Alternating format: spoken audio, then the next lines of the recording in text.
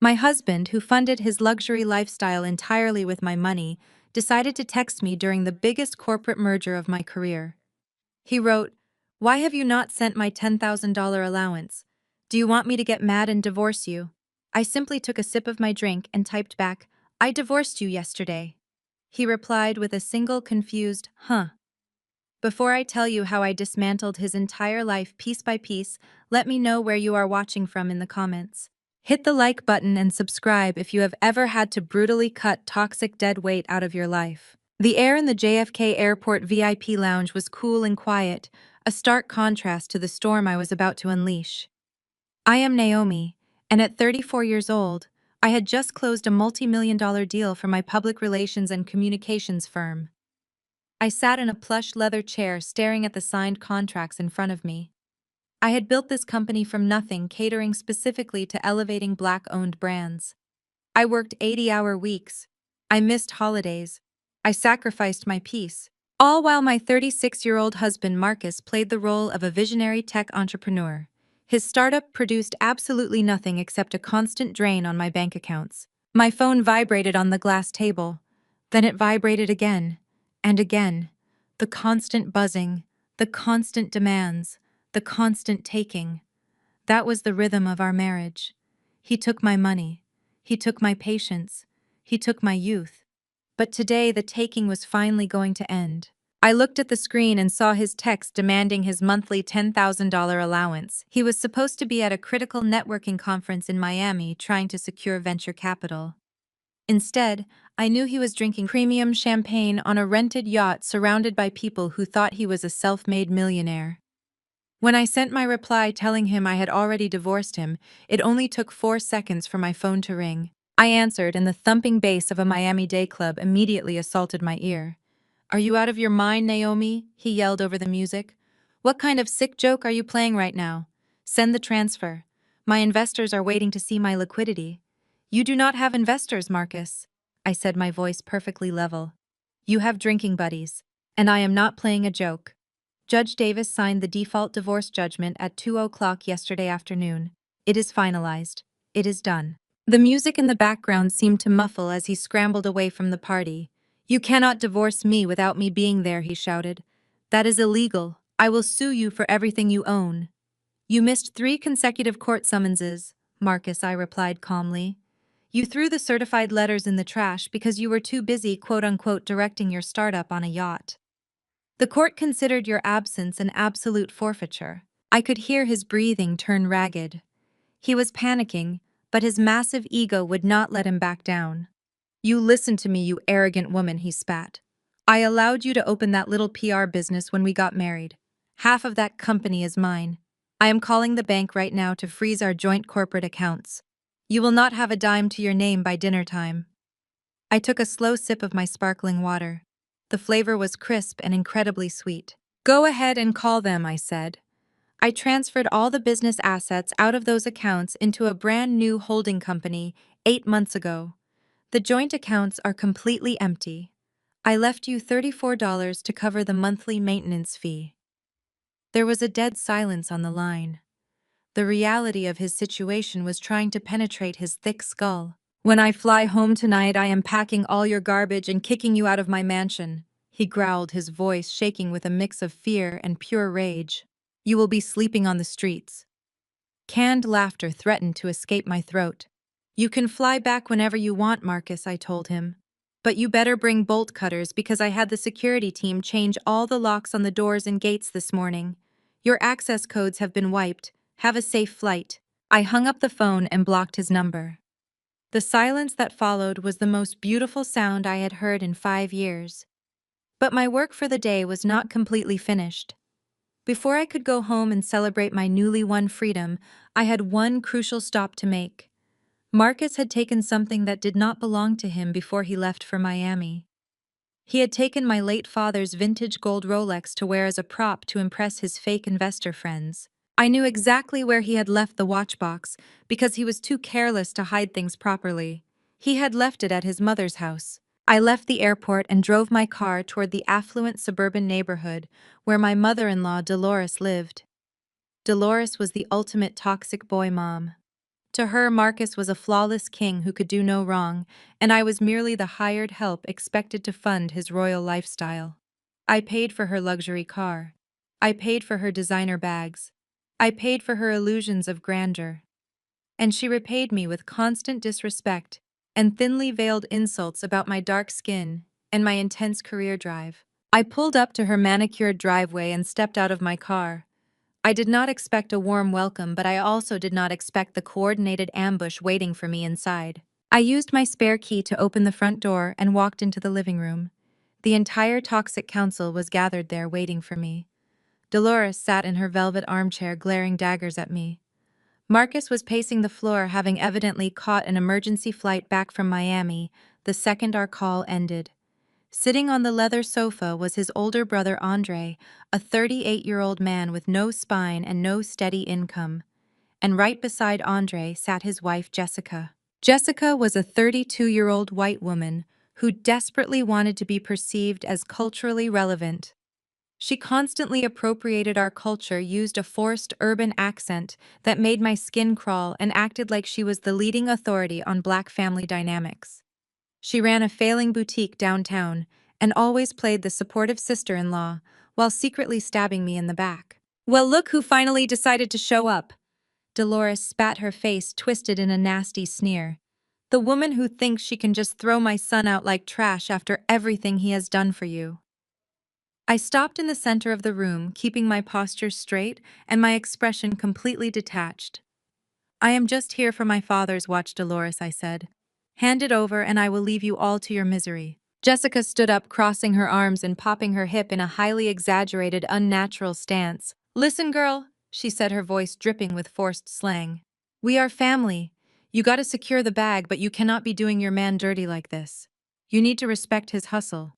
An independent woman is cool and all, but you are emasculating him. You need to step back and let your husband shine." I stared at Jessica, feeling a deep wave of revulsion.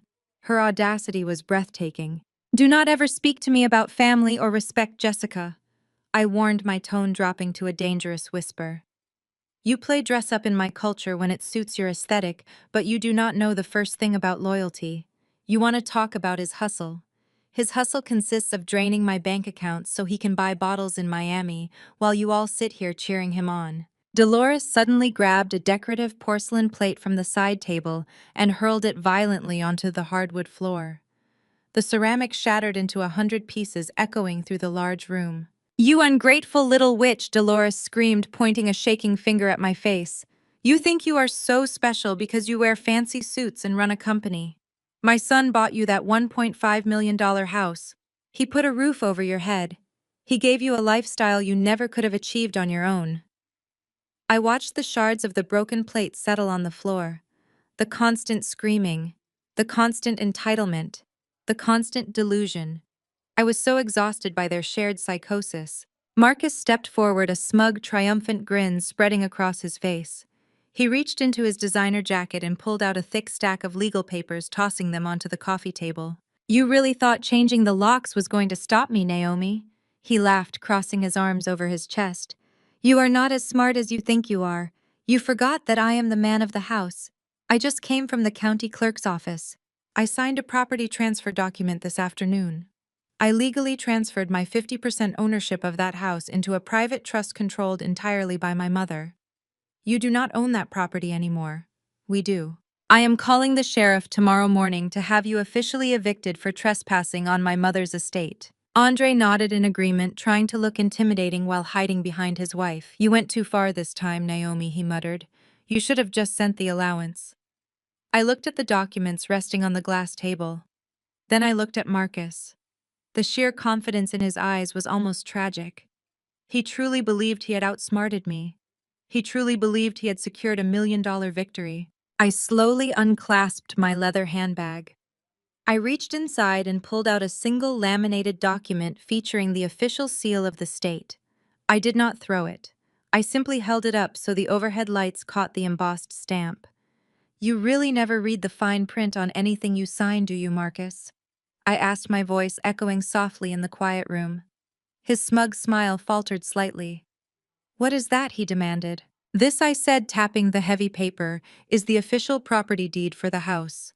The deed determines actual legal ownership.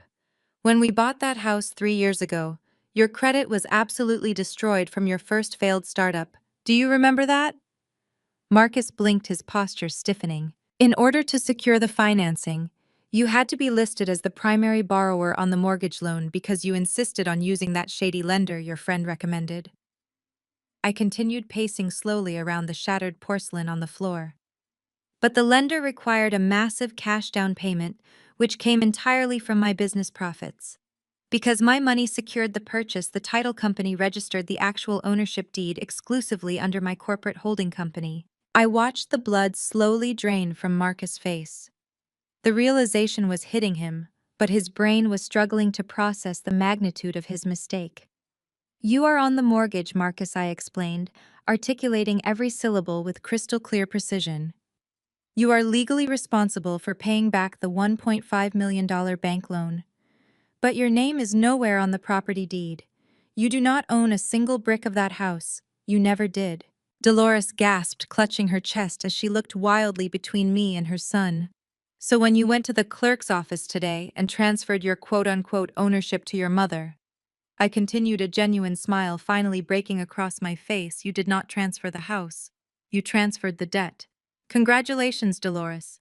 You and your son are now jointly liable for a $1.5 million mortgage on a property that belongs entirely to my company. Jessica let out a choked sound, covering her mouth with her hands. Andre stumbled backward, collapsing onto the sofa as if his legs had given out.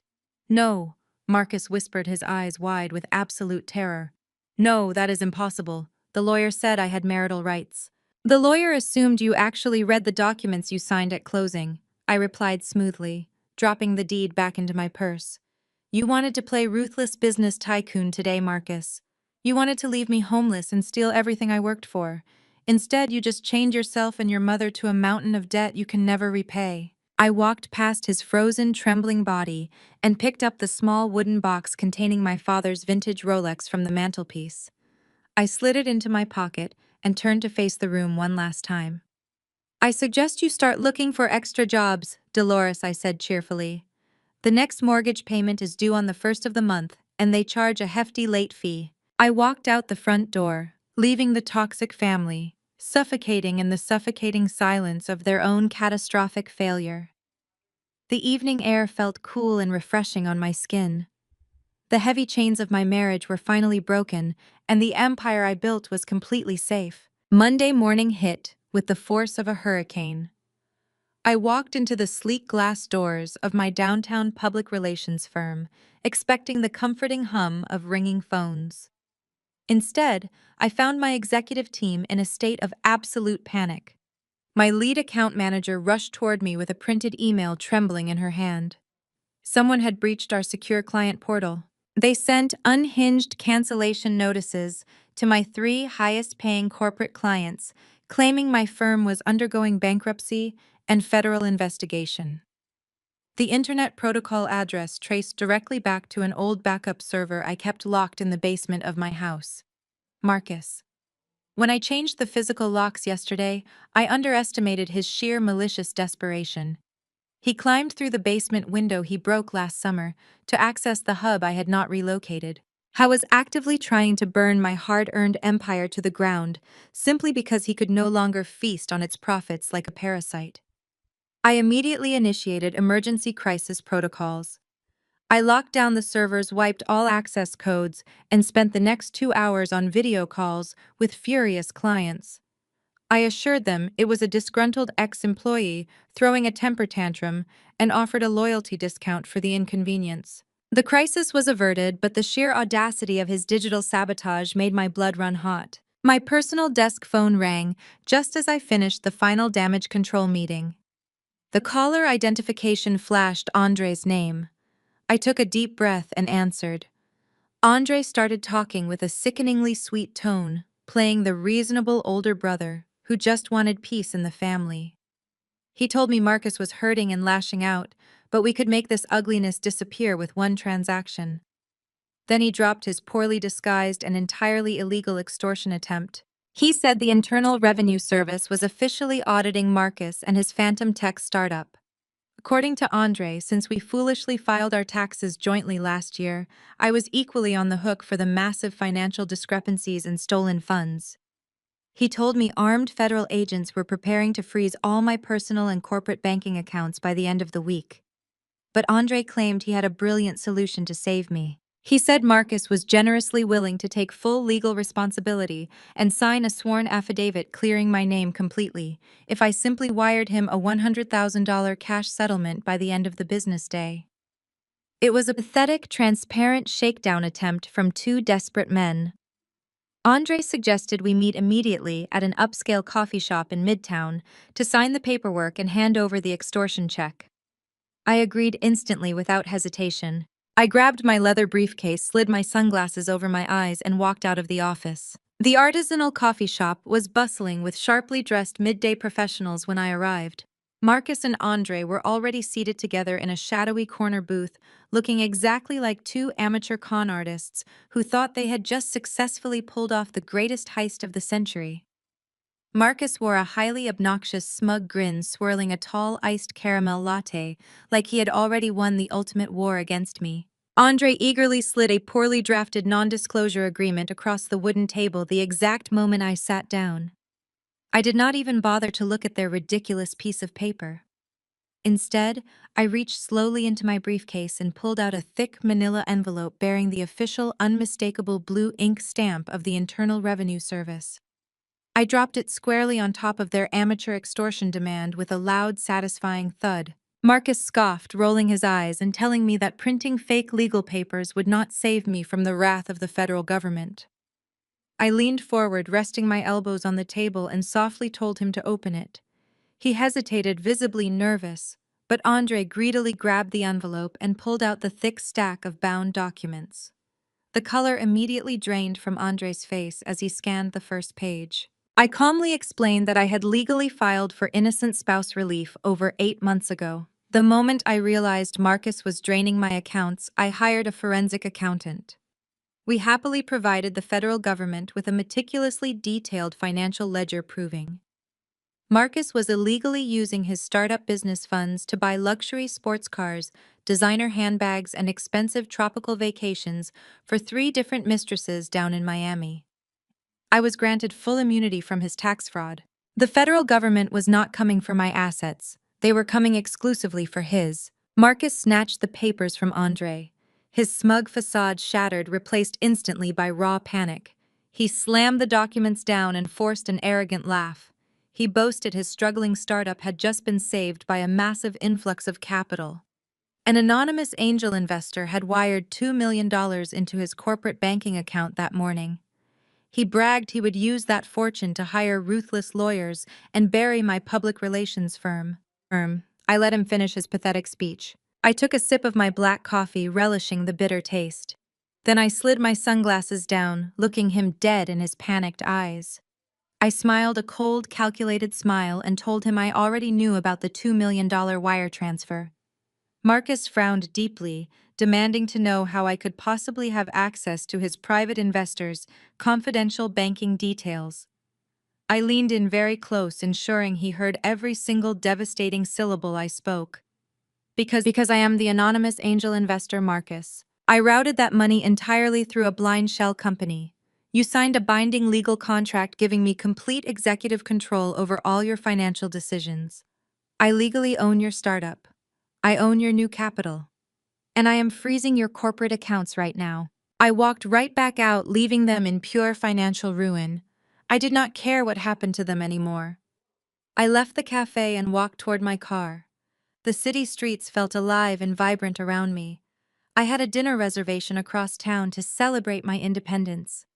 I felt a huge wave of relief wash over my body as I drove. I ordered vintage wine until I excused myself to use the restroom. The restaurant was filled with soft music and expensive decor. I washed my hands, looking into the clean mirror as the wooden stall door slowly swung wide open. I grabbed a fresh white towel from the counter to dry my hands. Then Jessica stepped out. She stared at me. Her usual fake smile was gone. She looked extremely angry now, Her shoulders were rigid and her eyes were cold. She moved closer. She breathed heavily. She locked the restroom door behind her and leaned against the marble counter. "Listen to me, Naomi," she said sharply. "You think you won, but you are making a truly massive mistake. Marcus is an idiot, but I am not. You left yourself exposed."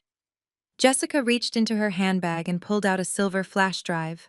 I immediately recognized it as a primary data drive from my home office vault. Marcus grabbed it during his break-in.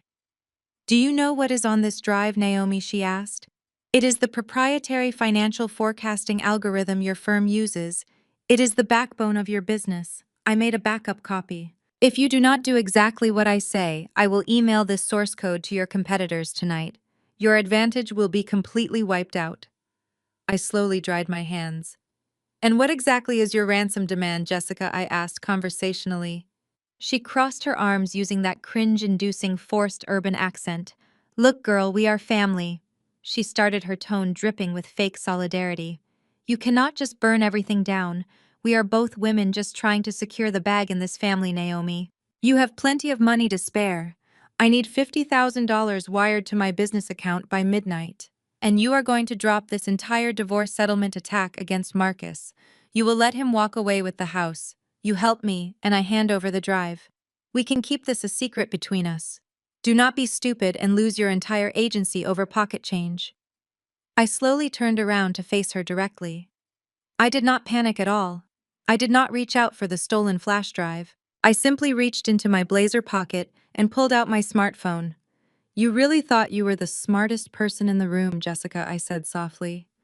"You really thought you could play the supportive white sister-in-law while blackmailing me. You underestimate me just like the rest of them." I tapped the screen of my phone and opened an audio file. I turned the volume all the way up and pressed play. The pristine acoustics of the marble restroom amplified the voices perfectly. The recording was crystal clear. It was Jessica speaking to her primary clothing supplier last week. Her voice echoed off the tile walls, begging the supplier not to cut off her inventory shipments. On the recording, Jessica frantically promised she would have the cash soon. She was caught on tape explicitly bragging that she had been secretly siphoning Marcus' $10,000 monthly allowance for the past 2 years. She confessed she was funneling the money directly out of his accounts to artificially inflate her failing boutique revenue, so Andre would not find out she was bankrupt. She laughed on the recording, calling Marcus a clueless cash cow and calling her husband Andre too spineless to ever check their joint tax returns. Jessica lunged forward, her face draining of all color as she tried to snatch the phone from my hands. I easily stepped aside, letting the audio play until the final damning sentence. "How did you get that?" she gasped, her chest heaving with sudden terror. "Where did you get that recording?" I carefully paused the audio recording and slipped the mobile phone back into my tailored pocket. "You forget who installed the security and phone systems for your little boutique, Jessica," I told her. "I paid for that infrastructure. I own the administrative rights to the cloud backups. I have known you were stealing from Marcus and Andre for 2 entire years. I just never had a reason to use it until you decided to try your hand at corporate blackmail." Jessica backed away, shaking her head frantically. "You cannot show that to anyone, Naomi," she pleaded, her voice cracking. "Andre will leave me. He thinks the boutique is turning a massive profit. If he finds out I stole from his brother and lied about our finances, he will file for divorce. Please, Naomi, we can make a deal." I shook my head slowly, giving her a look of pure pity. "I do not make deals with thieves, Jessica," I said. "And I do not need to show that recording to Andre." I simply gestured toward the heavy oak restroom door with a knowing smile on my face. The brass door handle turned slowly, and the heavy oak door swung wide open. Andre stood in the hallway. I had texted him my exact location 10 minutes before Jessica ambushed me, telling him I had an urgent family emergency to discuss. He had been standing right outside the heavy door listening to the entire recording play at maximum volume. He heard her admit to stealing, manipulating, and lying to his face for years. Andre stood paralyzed as the reality of her betrayal washed over him. He stared at Jessica with absolute horror and deep disgust, completely shattering their toxic alliance instantly and forever. Andre turned his back on his weeping wife and walked away without saying a word. Jessica collapsed against the bathroom vanity, crying hysterically over the ruins of her fake empire. I adjusted my blazer, stepped past her, and exited the restaurant into the evening air. The alliance between Marcus and his enablers was officially dead. But a cornered parasite will always try to bite one last time. By Wednesday morning, I received a formal notice for a mandatory mediation session. Marcus had somehow scrounged up enough credit to hire Richard Sterling, a notoriously sleazy, high-priced attorney known for bleeding successful women dry in divorce court. Sterling had a reputation for aggressive intimidation tactics and manufacturing evidence to force massive cash settlements. I arrived at the mediation center wearing a sharp navy power suit, carrying nothing but a slim leather portfolio. My attorney sat beside me, completely relaxed. The boardroom was stiflingly quiet. Marcus sat across the heavy mahogany table, radiating an unearned arrogance. He wore a tailored suit that I had definitely paid for and leaned back in his leather chair like a conquering king. Sterling stood next to him, exuding cheap cologne and predatory confidence. He did not bother with pleasantries or standard introductions. He reached into his briefcase and violently slammed a thick document onto the center of the wooden table. The loud smack echoed through the tense room. Sterling puffed out his chest and announced that this session would be very brief. He claimed his client was the victim of financial abuse and corporate alienation. According to Sterling, Marcus was legally entitled to half of my firm based on a binding post-nuptial agreement I supposedly signed 2 years ago. I stared at the document resting on the polished wood. Marcus let out a short, triumphant laugh. He leaned across the table and told me I should have just paid his $10,000 allowance. He boasted that he was a brilliant visionary who secured his financial future long before I thought about changing the locks. Sterling cleared his throat loudly, demanding my full attention.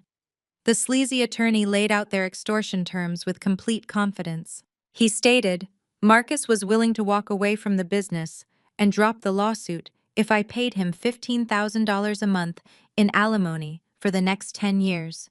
He also demanded I surrender the deed to the $1.5 million house immediately. Sterling tapped his gold pen against the table and told me to sign the settlement agreement right now or risk losing my entire agency in a brutal public trial. My attorney did not say a single word. He simply leaned back and crossed his arms, letting the silence stretch uncomfortably. Marcus frowned, looking between my lawyer and me. I slowly reached out and picked up the post-nuptial agreement. I flipped through the pages with deliberate slowness, analyzing the legal jargon and the formatting. The document was a masterpiece of legal fiction. It outlined a complete division of my corporate assets, giving Marcus unmitigated executive control in the event of a marital separation. I turned to the final page where the signatures were located. I studied the ink carefully. The signature matching my name was a flawless replication. It captured the exact slant of my cursive letters and the sharp angle of my initials. Marcus crossed his arms and smirked, telling me it was airtight. I gently placed the document back onto the table and looked directly into his eyes. The signature looks absolutely perfect, Marcus, I said, my voice dangerously calm. You clearly spent a lot of time practicing the loops and the pressure points, but you made one catastrophic amateur mistake. I slid the paper back towards Sterling. I have been running a high-level corporate communications firm for a decade. I handle sensitive contracts, mergers, and non-disclosure agreements every single day. I have a very strict personal and professional rule regarding legal documents. I never sign anything in black ink.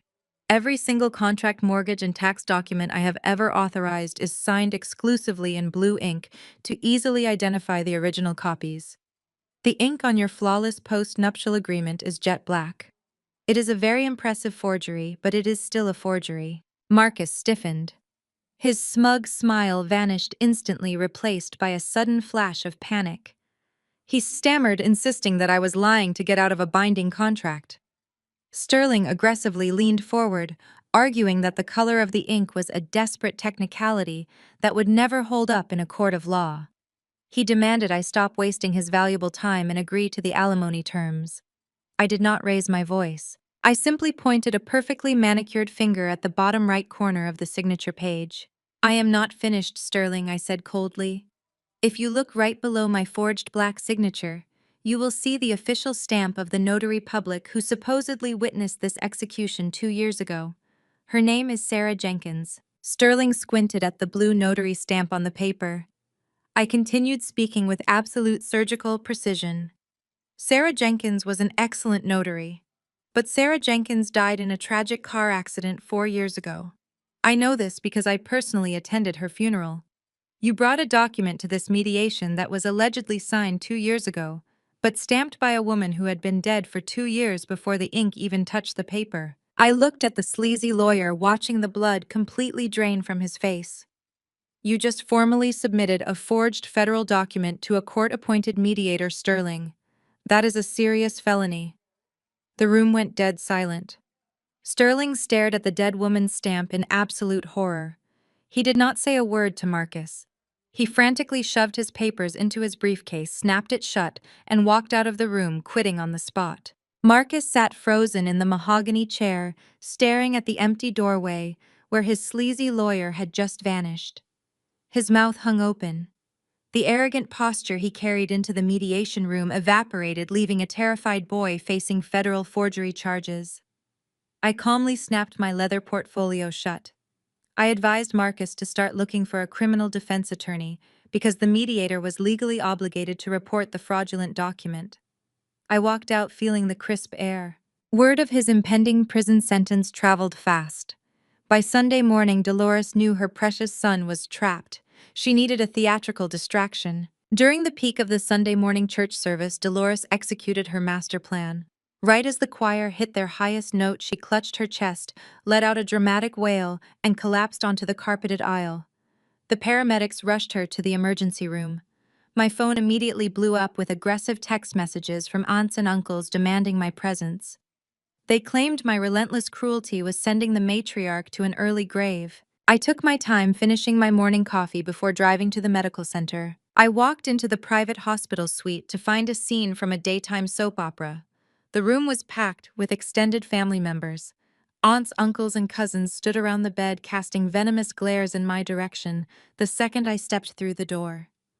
Dolores lay in the center of the room, hooked up to monitors with a clear plastic oxygen mask strapped over her face. She breathed in slow, exaggerated rasps. Andre stood in the corner looking miserable, while the rest of the family muttered under their breath about my lack of respect. My Aunt Beatrice crossed her arms and loudly called me a cold-hearted career woman who cared more about money than the lives of her own family. She said my toxic greed was literally stopping Dolores' heart. Dolores weakly lifted her hand, gesturing for me to come closer. I walked toward the edge of the hospital bed, maintaining a perfectly neutral expression. Dolores looked up at me with tear-filled eyes, playing the ultimate victim.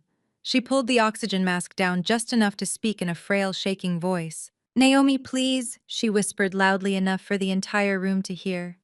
"Look at what your hatred is doing to me. Look at what you are doing to my boy. I am begging you to drop the charges against Marcus. We are family. You cannot send my son to federal prison over a simple misunderstanding. If I lose my boy, my heart will simply give out. I will not survive the stress. The blood will be on your hands, Naomi." The family murmured their agreement, glaring at me with absolute disgust. They expected me to crumble. They expected the public pressure and the sight of an ailing elderly woman to break my resolve. I let my shoulders drop. I sighed deeply and offered her a soft, sympathetic look. I reached into my designer tote bag. "You are right, Dolores," I said gently. "The stress of this situation is entirely too much for a woman in your condition. We need to lighten your load immediately. I brought you something to help with the transition." I pulled out a crisp manila envelope and placed it directly onto her lap. The room grew silent. Dolores eyed the envelope suspiciously. Her trembling hands reached out and tore open the flap. She pulled out the heavy legal documents inside. As her eyes scanned the bold black text at the top of the page, the frail, sickly demeanor instantly vanished. It was a formal 30-day eviction notice. When Marcus and I were married, he begged me to upgrade his mother's living situation. I used my corporate account to sign the lease on her luxury high-rise condominium downtown. It was a beautiful place with panoramic city views and a 24-hour concierge service.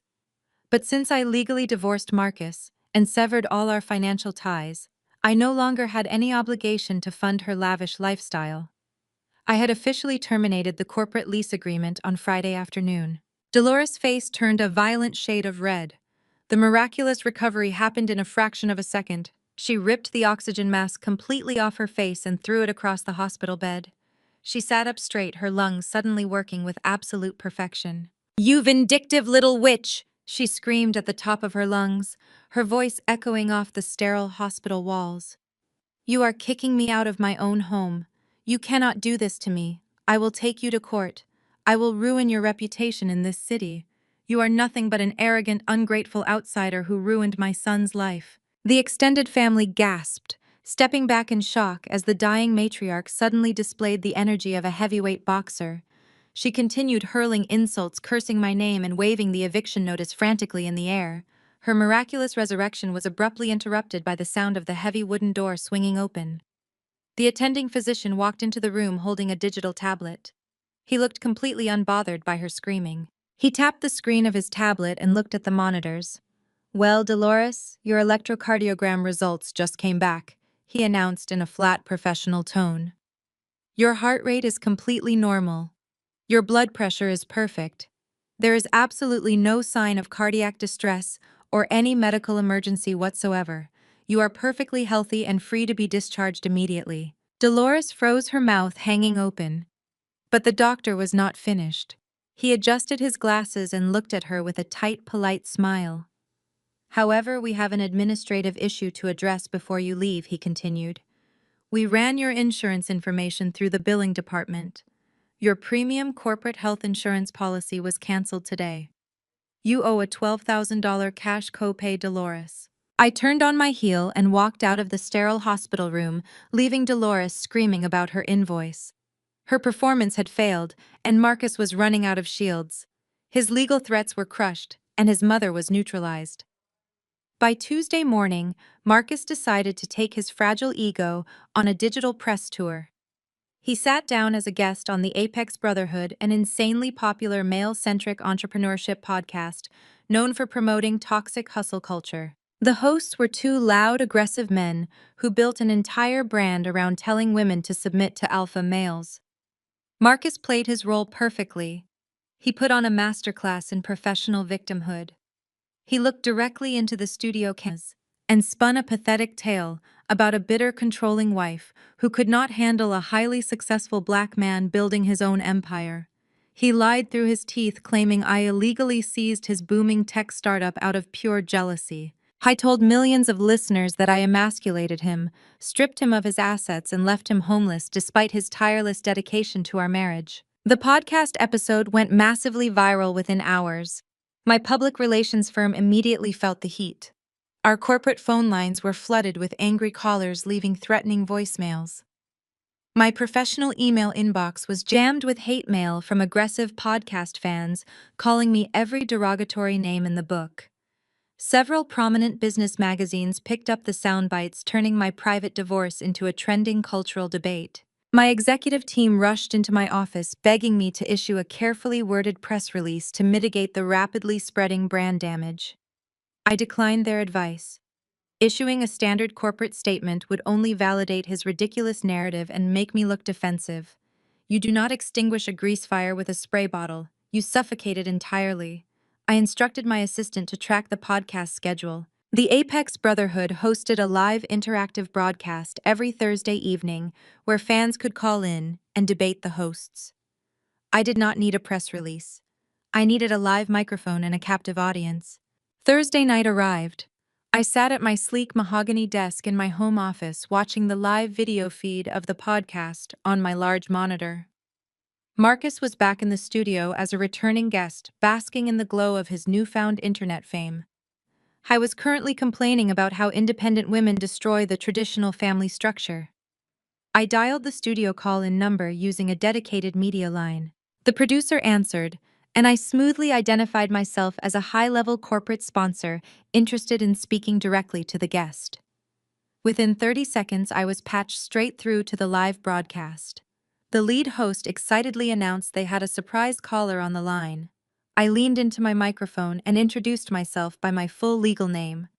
The atmosphere in the studio instantly shifted from arrogant banter to palpable shock. Marcus froze in his chair, his eyes widening as he recognized my voice, echoing through his heavy studio headphones. He immediately tried to talk over me, his voice pitched up in panic as he loudly demanded the hosts cut my line. He shouted into his microphone, asking the audience why this bitter woman was so obsessed with bringing a successful black man down. He yelled that I was stalking him and trying to ruin his platform because I could not accept that he had leveled up without me. I let him shout until he literally ran out of breath. I spoke with a calm, chilling authority that cut right through the chaotic studio noise. I am not calling to debate your fictional success, Marcus. I stated clearly, ensuring every single listener caught my words. I am calling to discuss the current corporate structure of this broadcast. I addressed the two podcast hosts directly. I informed them that my media holding company had officially acquired their parent sponsorship network last Friday. I was now technically their highest-ranking corporate boss. The two loud hosts sat in stunned, absolute silence, staring at the camera. I told them that as their new network executive, I was conducting a routine compliance review of their recent charity initiatives. I explained to the millions of live viewers that I had just dropped a secure link into the global live stream chat box. I instructed the hosts to open the link on their studio monitors right now. I listened as they clicked the link. It was a comprehensive public forensic audit of Marcus and his fake startup. But the audit did not just highlight the money he stole from my bank accounts. It highlighted the money he stole from them. Marcus had recently partnered with the Apex Brotherhood to launch a high-profile community charity drive meant to fund inner-city youth coding programs. The public audit displayed undeniable bank routing numbers proving Marcus took the hundreds of thousands of dollars donated by their loyal listeners and embezzled every single cent. He funneled the charity funds directly into a shell account to pay for his luxury yacht rentals, premium bottle service, and VIP sections down in Miami. He did not just rob his wife, he robbed their entire audience. The realization hit the studio like a freight train. The lead host stared at the banking documents on his screen, his face turning a vibrant shade of furious red. The brotherhood and solidarity they had just been preaching vanished in an instant. The host looked up from the monitor and glared at Marcus with pure, unfiltered rage. "You stole from our community!" The host growled, his voice vibrating with anger. Marcus threw his hands up, stammering wildly and claiming the documents were fabricated. The host did not care about his excuses. The lead host reached over and violently slammed his hand down on the soundboard. He cut Marcus' microphone, instantly silencing him on the live feed. The CO host grabbed Marcus and threw him out. Marcus being humiliated on a global livestream was a decisive victory, but cornered animals always strike out in unpredictable ways. While Marcus was busy trying to salvage his shattered ego, his accomplice was planning something far more sinister. Jessica was completely unraveling. Her marriage to Andre was entirely over. Andre had filed for divorce the morning after he heard that audio recording in the restaurant restroom, and he had immediately moved out of their shared apartment. Furthermore, Jessica's fraudulent fashion boutique was officially bankrupt. Without Marcus funneling my money into her accounts, her suppliers cut her off completely. Facing total financial ruin and public humiliation, Jessica decided that if she was going down, she was going to drag me straight down to hell with her. She concocted a desperate, malicious plan to destroy my business and my freedom in one swift motion. On Friday afternoon, my executive assistant buzzed my office line with a frantic tone. Before she could even explain the situation, my heavy glass office doors swung wide open. Two stern-faced police detectives stepped into my pristine workspace. They did not offer friendly greetings. They immediately informed me that I was the primary suspect in a felony assault and vandalism investigation. The lead detective, a tall man with a gruff voice, explained that Jessica had just filed a harrowing police report. According to her official statement, I had stormed into her downtown boutique late Thursday night. She claimed I violently tore clothing from the racks, smashed expensive display cases, and brutally punched her in the face, leaving her with a severe black eye and a concussion. My phone started vibrating intensely on my desk before I could even process the ridiculous accusation. My lead account manager rushed in holding up a tablet. Jessica had not just gone to the police. She had gone to the court of public opinion.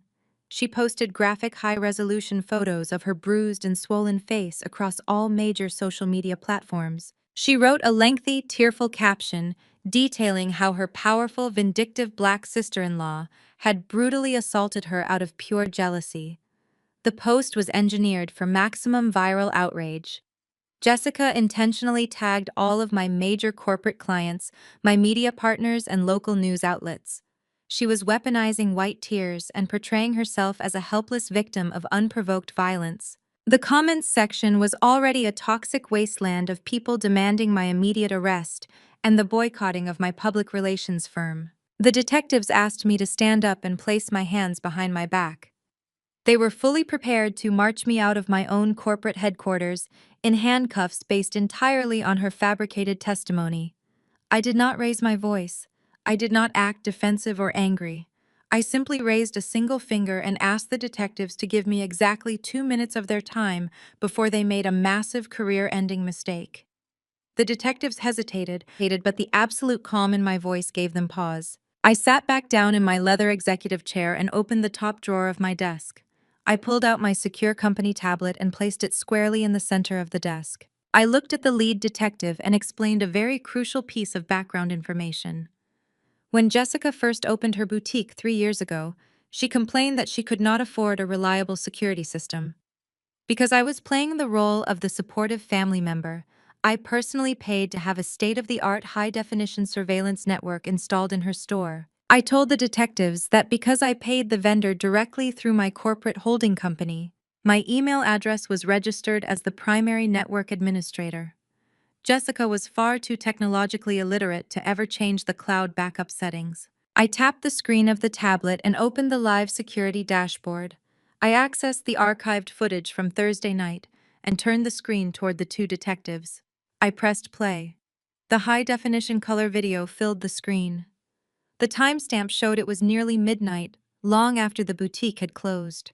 The store was completely empty except for Jessica. The detectives leaned in close as the crisp footage revealed the undeniable truth. We watched in complete silence as Jessica frantically ran around her own store. She grabbed expensive silk dresses and violently ripped them off their hangers. She deliberately knocked over two glass display tables, shattering them across the hardwood floor. Then the footage showed her walking over to a heavy brass mannequin stand. She took a deep breath, gripped the edges of the metal pole, and forcefully smashed her own face directly into the solid brass base. She stumbled backward, clutching her eye as a dark bruise immediately began to form. She then sat on the floor, pulled out her phone, and started taking crying selfies for her social media campaign. It was not just an elaborate attempt to frame me for felony assault. It was a calculated act of insurance fraud. The two detectives stared at the tablet screen in absolute disbelief. The gruff lead detective slowly stood up straight and let out a long, heavy sigh. He pulled out his radio and immediately dispatched a squad car to Jessica's location. The false police report she had just signed was a serious crime, and the attempted insurance fraud elevated it to a felony. I smiled politely at the detectives and offered to email them the raw video files for their prosecution team. They apologized profusely for the interruption and quickly exited my office to go arrest my deceitful sister-in-law. Jessica thought she could weaponize the justice system against me, but instead she handed me the exact evidence I needed to lock her in a prison cell.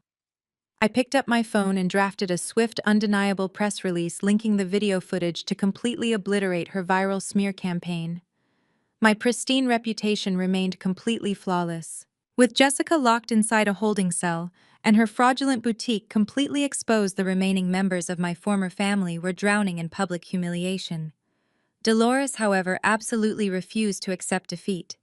She decided the best way to combat the tidal wave of terrible publicity was to throw a massive neighborhood block party. She organized the annual family cookout at her newly rented suburban duplex, inviting every single aunt, uncle, cousin, and church member to show the world that the family stood firmly behind Marcus. They desperately wanted to project an image of unshakable wealth and unbothered unity.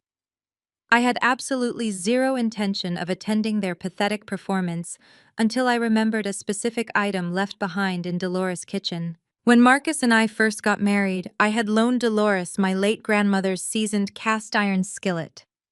That skillet was a cherished family heirloom passed down through 4 generations of hardworking Black women in my family. I was certainly not going to let a toxic, manipulative woman keep a piece of my actual heritage. I drove to her suburban duplex on a bright, sunny Saturday afternoon. The street was lined with vehicles and loud rhythmic and blues music blasted from the backyard speakers. I parked my car at the end of the block and walked straight up the driveway. The moment I stepped onto the patio, the music seemed to lower. Whispers immediately erupted among the guests, holding their red plastic cups and paper plates. Dolores spotted me first. She dropped her silver serving tongs and marched right up to me, her face twisting into a furious, hostile scowl. She loudly demanded to know why I had the pure audacity to show my face at a celebration of her son's resilience.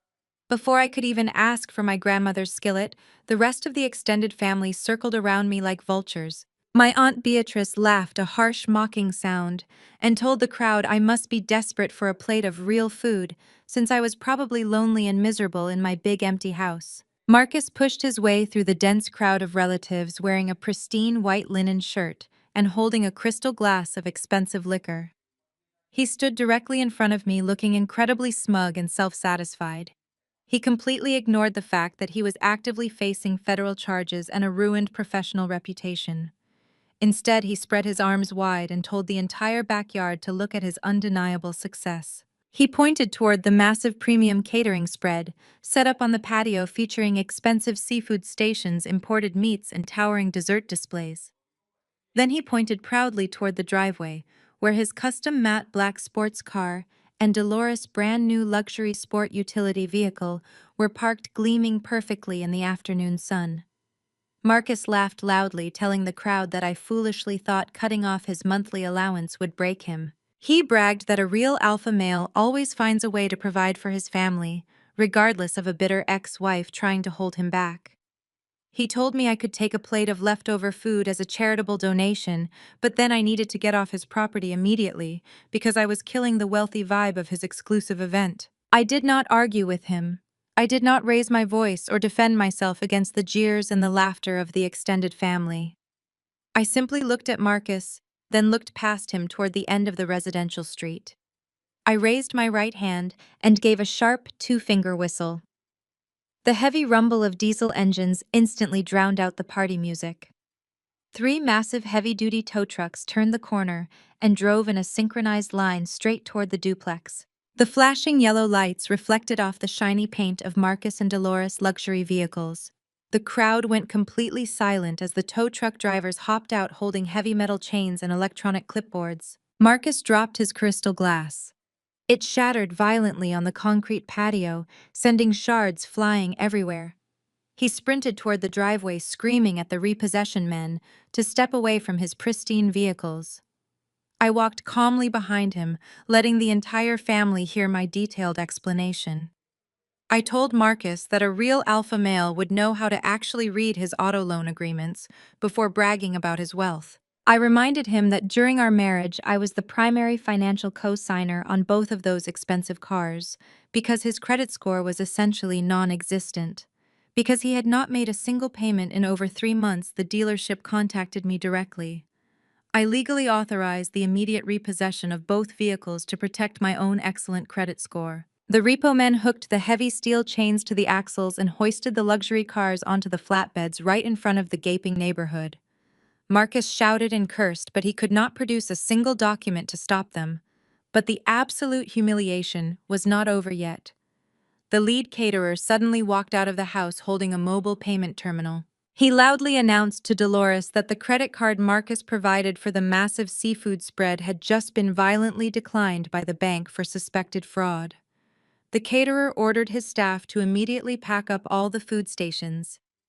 The family watched in sheer horror as the shrimp steaks and expensive side dishes were swiftly whisked away, leaving them with absolutely nothing to eat. I calmly walked right past the stunned relatives, went directly into the kitchen, grabbed my grandmother's seasoned cast-iron skillet from the stove, and walked back out.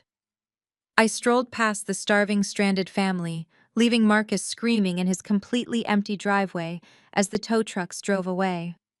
I smiled, tasting the sweet victory.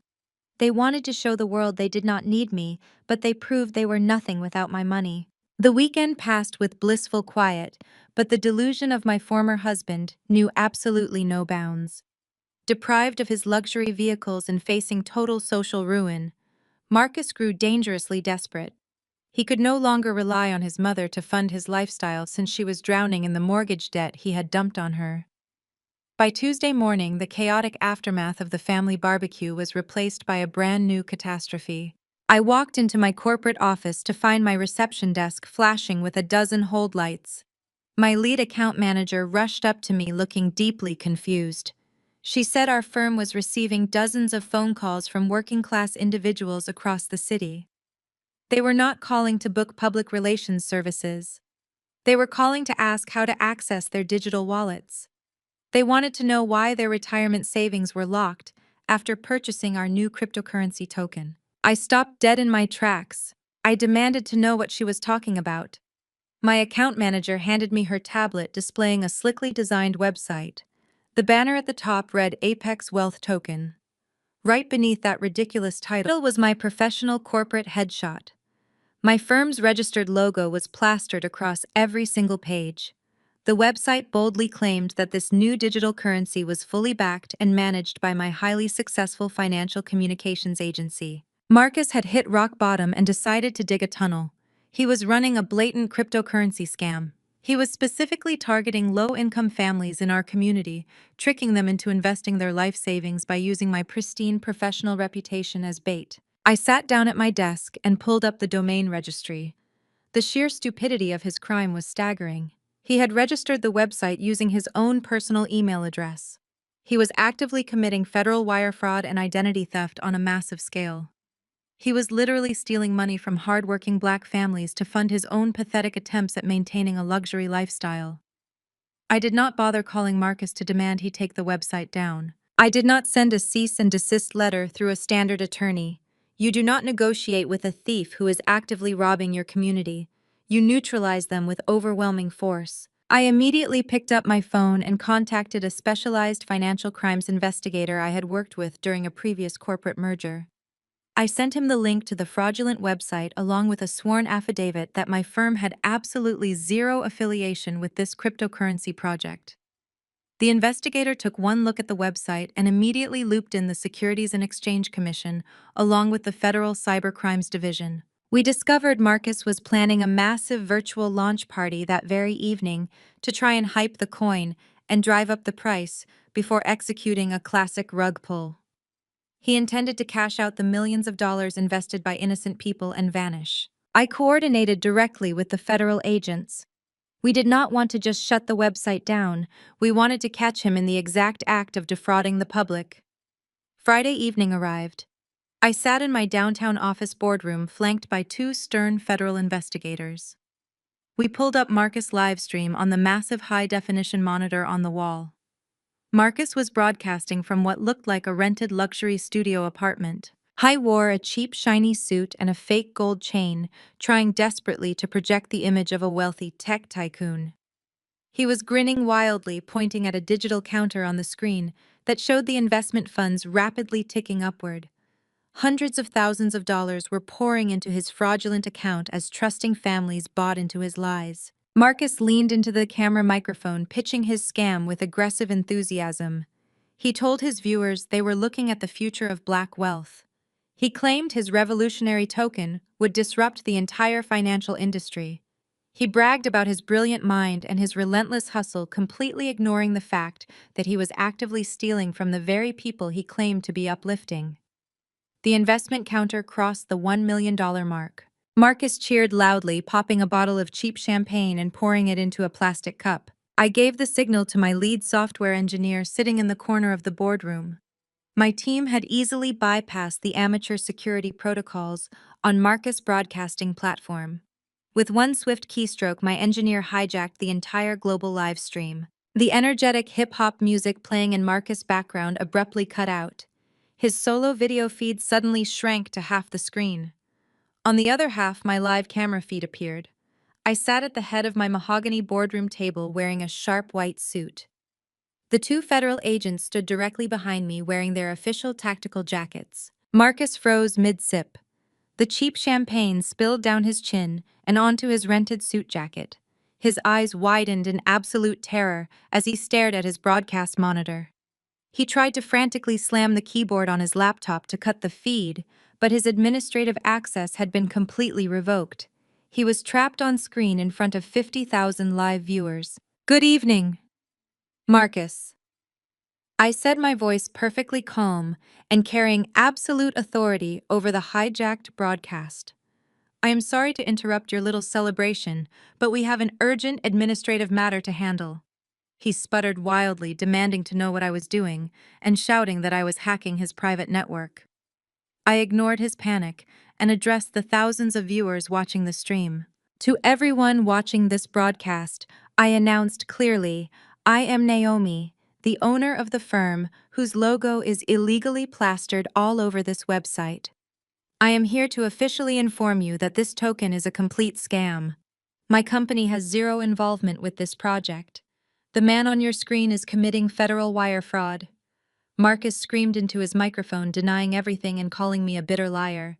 I simply held up a digital cease and desist order on my tablet facing the camera. "You are not a tech visionary, Marcus," I said, staring right through the camera lens into his panicked soul. "You are a common thief, but you will not steal another dime. I just authorized the Securities and Exchange Commission to freeze every single transaction on your platform." The digital investment counter on his screen suddenly flashed bright red and flatlined to zero. Marcus let out a choked gasp of pure horror. The federal agent behind me leaned forward into the frame and informed Marcus that a warrant had just been issued for his arrest. The broadcast abruptly went black, leaving Marcus to face the crushing weight of federal prison. Marcus was facing federal charges, but the wheels of justice turned slowly, and he managed to secure a temporary release while the investigation deepened. He scurried back into the shadows like a cornered rat. I knew he would try one last desperate maneuver before the authorities completely locked him away. It happened late Tuesday evening. I was walking to my car in the dimly lit underground parking garage beneath my office building. The damp concrete walls echoed with every step I took. The echo of my heels abruptly stopped when a shadow detached itself from the gloom. A figure stepped out from behind a massive concrete pillar. It was Andre. He looked absolutely miserable. His clothes were heavily wrinkled and his eyes were bloodshot. He rushed toward me, holding his hands up in a frantic gesture of surrender. He started crying right there on the cold concrete. He sobbed that Jessica had completely ruined his life and emptied their joint bank accounts before fleeing the state to avoid her own legal consequences. He claimed Marcus was acting completely out of control and dragging the entire family down with him. Andre begged me for a lifeline. He pleaded for an executive position at my public relations firm. In exchange for the highly paid job, he promised to hand over a silver flash drive containing Marcus' private financial ledgers, the ultimate undeniable proof of his brother's ongoing embezzlement schemes. I stood perfectly still, studying my spineless brother-in-law under the flickering fluorescent lights. Something was glaringly wrong with this sudden, heartfelt apology. Despite the cool, damp temperature in the underground garage, sweat was pouring down Andre's forehead. He kept wiping his brow with a violently trembling hand. More importantly, his posture was entirely unnatural. He stood rigidly straight, keeping his chest angled directly toward me, as if he were trying to point his upper shirt button exactly at my mouth. He kept awkwardly touching the collar of his jacket, avoiding direct eye contact while he spoke. The realization hit me with absolute crystal-clear certainty. Andre was not here to betray his brother, he was working directly for him.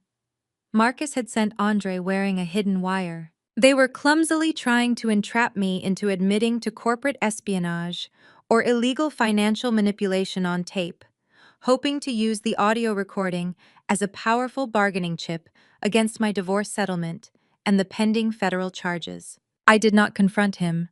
I did not reach out and pull the hidden microphone from his sweaty shirt. Instead, I gave an award-winning theatrical performance. I let my shoulders drop and sighed deeply, faking a moment of genuine emotional vulnerability. I told Andre that I appreciated his loyalty and felt truly sorry for what Jessica had done to him. I stepped forward and leaned in very close, ensuring the hidden microphone captured every single syllable of my carefully crafted lie. I whispered that I actually desperately needed his help to hide my own assets before the divorce was completely finalized by the judge. I confessed to Andre that I had been secretly skimming millions of dollars from my own corporate clients for the past 3 years. I told him I stashed exactly $4.5 million in a specific offshore account located in the Cayman Islands under a secure shell company called Apex Zenith Holdings. I gave him a fake international account routing number and a highly detailed fabricated password.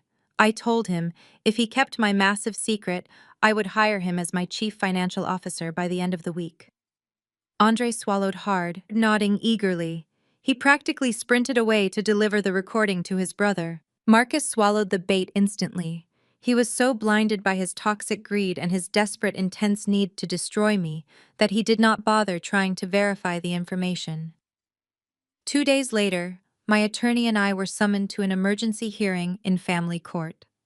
Marcus stood before the judge looking incredibly triumphant alongside a brand new cheap lawyer he had clearly hired on contingency. Marcus proudly submitted a formal motion demanding half of the $4.5 million I was allegedly hiding in the Cayman Islands. He smugly submitted the audio recording and the specific account details I had fed to Andre as his definitive, irrefutable proof. The judge, a stern man with zero tolerance for courtroom games, reviewed the motion. He ordered an immediate judicial inquiry into the offshore account details Marcus had legally sworn under penalty of perjury were accurate and active. It took the judge's financial clerk exactly 15 minutes to run the trace. The judge returned to the heavy wooden bench, his face tight with furious red anger. He looked directly at Marcus and demanded an explanation. The judge announced to the entire silent courtroom that the account routing number Marcus did not belong to a Cayman Islands bank. It was the public routing number for a local animal shelter donation fund. The shell company Apex Zenith Holdings did not exist. The judge violently slammed his wooden gavel, stating that Marcus had intentionally submitted completely fabricated financial evidence and lied under oath in a desperate attempt to manipulate the court. The judge did not just deny the motion. He held Marcus in direct civil contempt of court. He ordered the bailiffs to immediately take Marcus into custody. I sat quietly next to my lawyer, watching with intense satisfaction as the armed bailiffs grabbed Marcus by the arms and marched him out of the family court in handcuffs. His grand entrapment scheme ended with him securing his own jail cell. The satisfying sound of the heavy courtroom doors shutting behind him echoed loudly.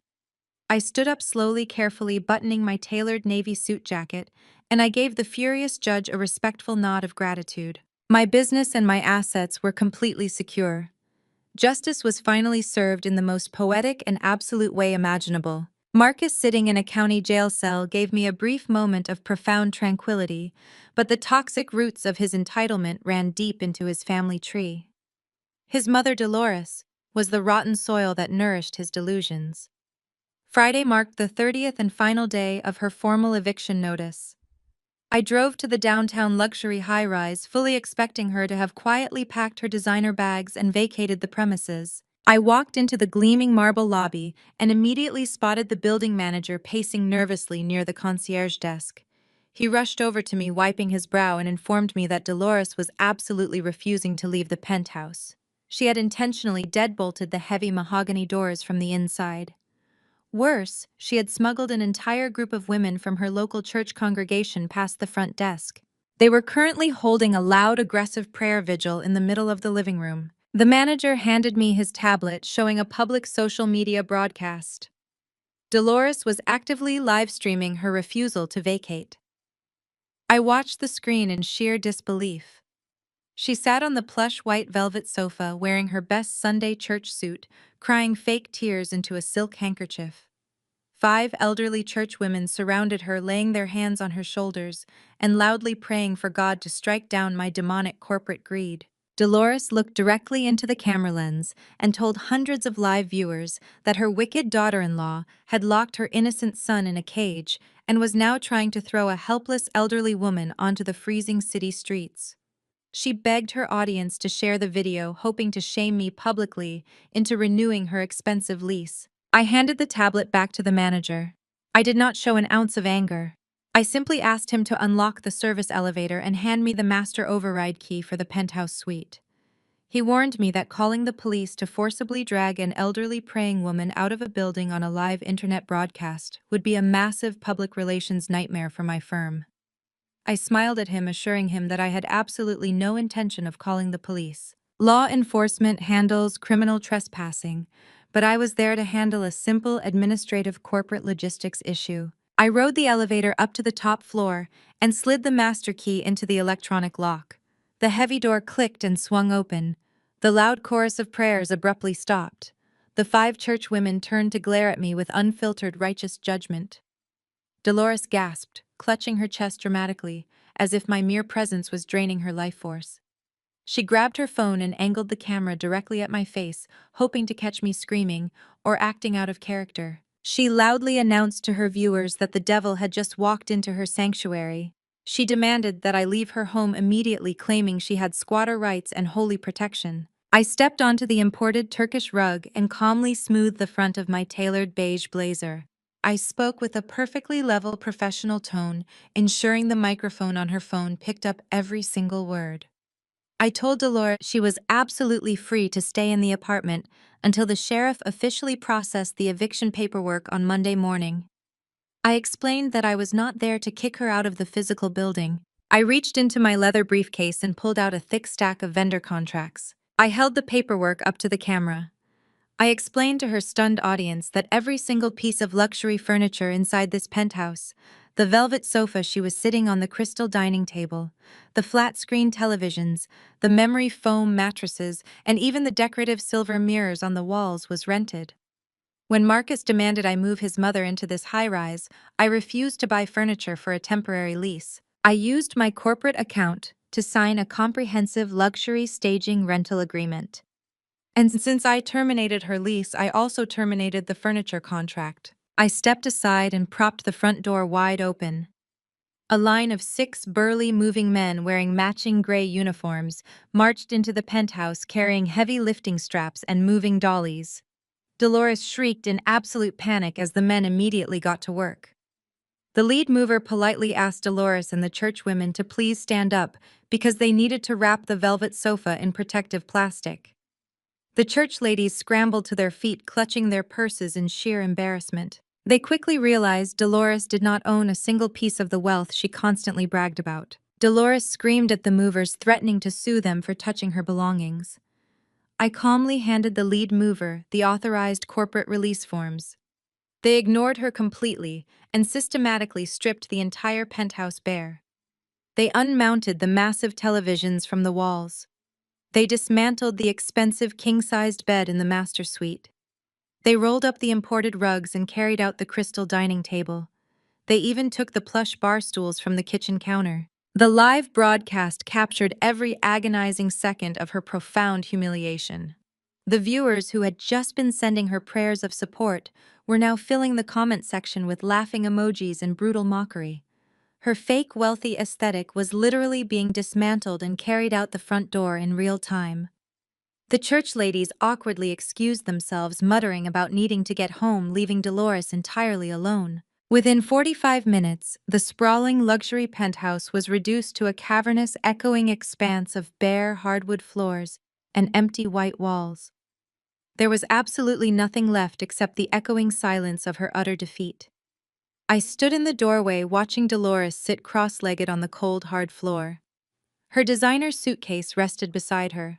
I smiled and shut the door tightly. I walked out of the luxury high-rise, leaving Dolores alone on the bare floorboards. Her frantic prayers were silenced by the crushing weight of her reality. But another threat was rapidly brewing. Jessica had just posted bail. Her fraudulent boutique was gone, and her marriage to Andre was hanging by a thread, but she was not ready to surrender. She wanted pure, unadulterated revenge. If she was going to lose her lavish lifestyle, she decided to drag my pristine reputation down with her. By Wednesday morning, my phone was ringing with calls from aggressive tabloid journalists. Jessica had bypassed local police and gone straight to a notorious celebrity gossip network. She sat down for a highly paid exclusive interview and dropped a fabricated bombshell.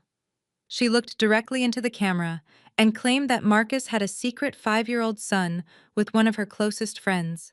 Jessica weaponized her fake urban accent, telling the interviewer, "I was a bitter, greedy woman, hoarding marital assets." She argued that because the child was born during my legal marriage to Marcus, my multi-million-dollar corporate accounts should be tapped for half a decade of back child support. The media completely devoured the sensational story. A wealthy, successful black woman allegedly starving her husband's innocent secret child was the exact kind of clickbait the tabloids craved. Marcus instantly saw an opportunity to manipulate the public and extract a massive cash settlement. He partnered with Jessica and went on a syndicated morning talk show. He wore a cheap pastel sweater to look soft and approachable. He actually squeezed out fake tears on national television. He sobbed to the host, claiming he only recently discovered he was a father. He painted a pathetic picture of a man desperately wanting to provide for his newly discovered son, but being financially oppressed by a vindictive ex-wife.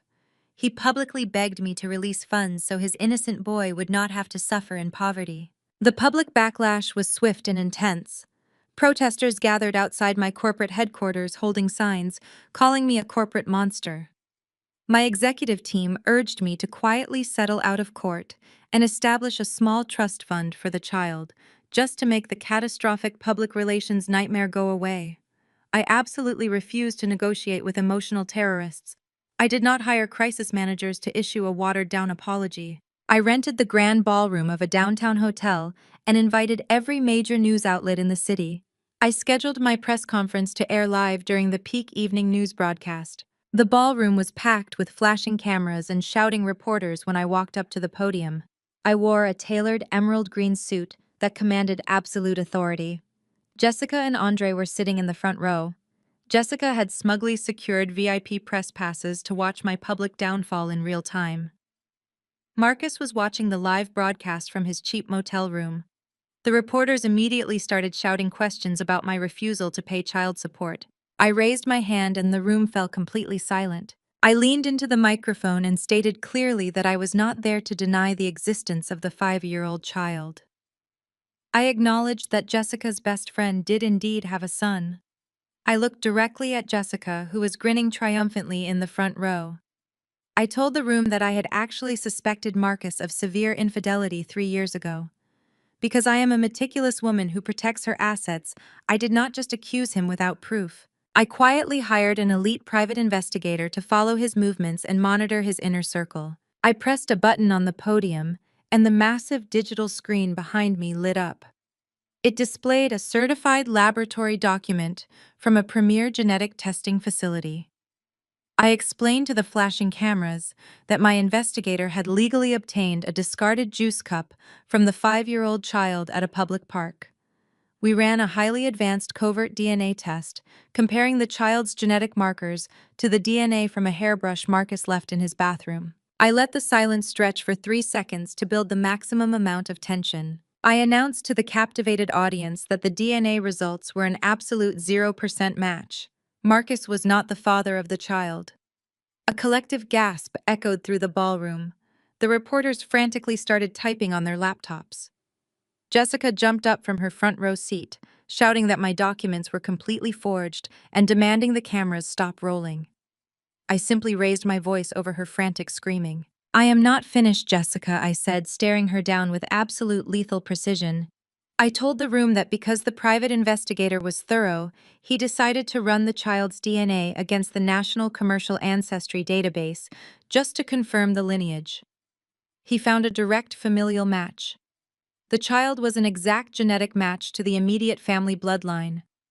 I pointed my finger directly at Andre, who was sitting frozen beside his wife. "Marcus is not the father of your best friend's child. Jessica," I announced, my voice booming through the sound system. "Your husband Andre is the father. Andre has been sleeping with your best friend for over 6 years. He fathered a child with her while you were busy trying to steal my money to fund your fake lifestyle." The cameras immediately swiveled away from me and zoomed in directly on Jessica and Andre. The color completely drained from Jessica's face as the devastating reality hit her.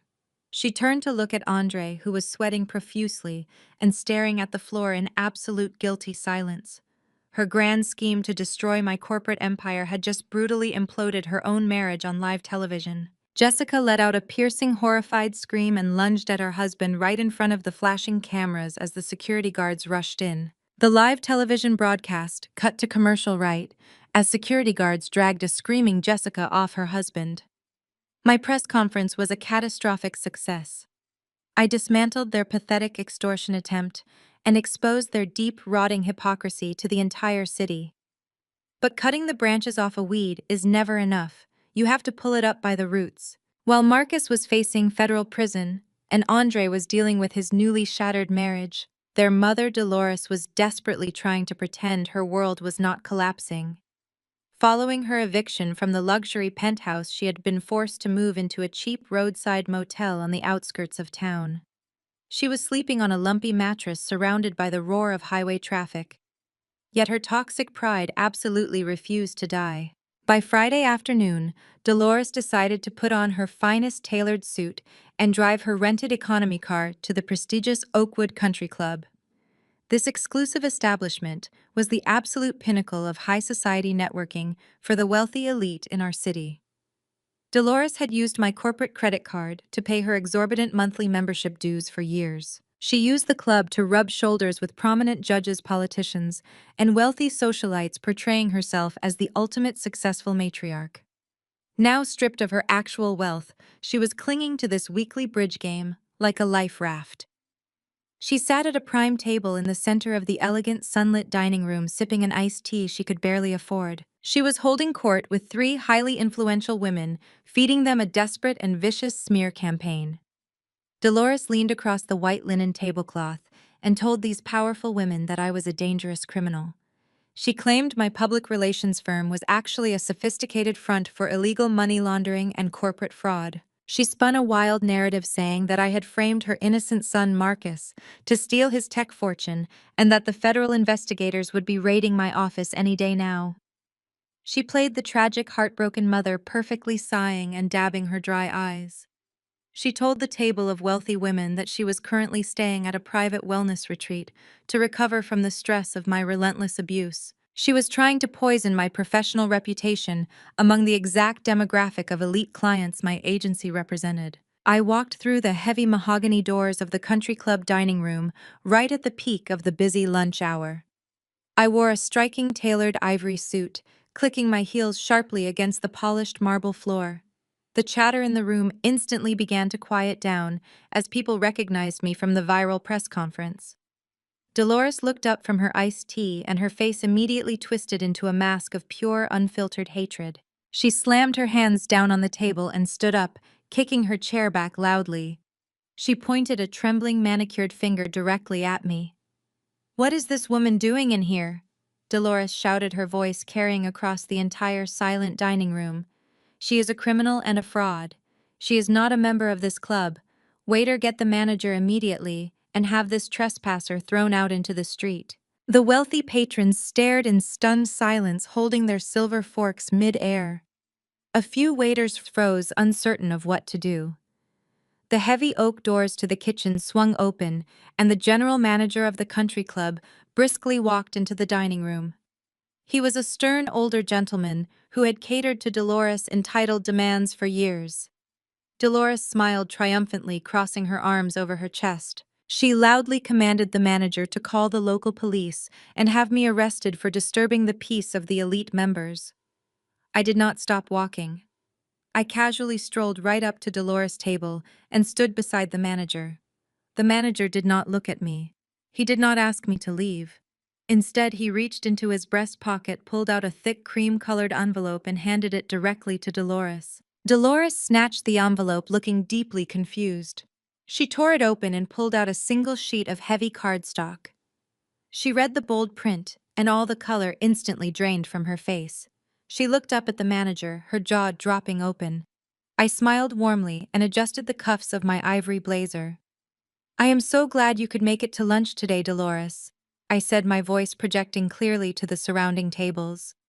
I wanted to deliver that termination notice personally. Dolores sputtered, shaking her head and waving the paper. You cannot terminate my membership, she hissed defensively.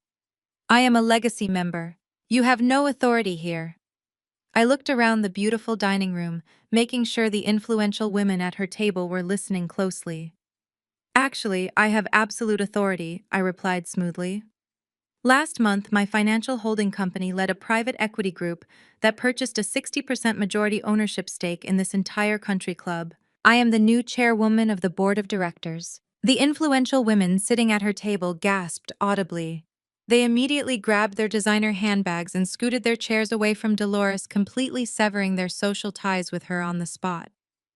Dolores stood frozen, her entire carefully constructed high society facade shattering into a million pieces. I nodded to the manager. I used my executive privilege to permanently revoke your membership, Dolores, I announced coldly. You have a massive outstanding balance on your dining account because my corporate card declined your charges 3 weeks ago. We do not tolerate freeloaders on my property.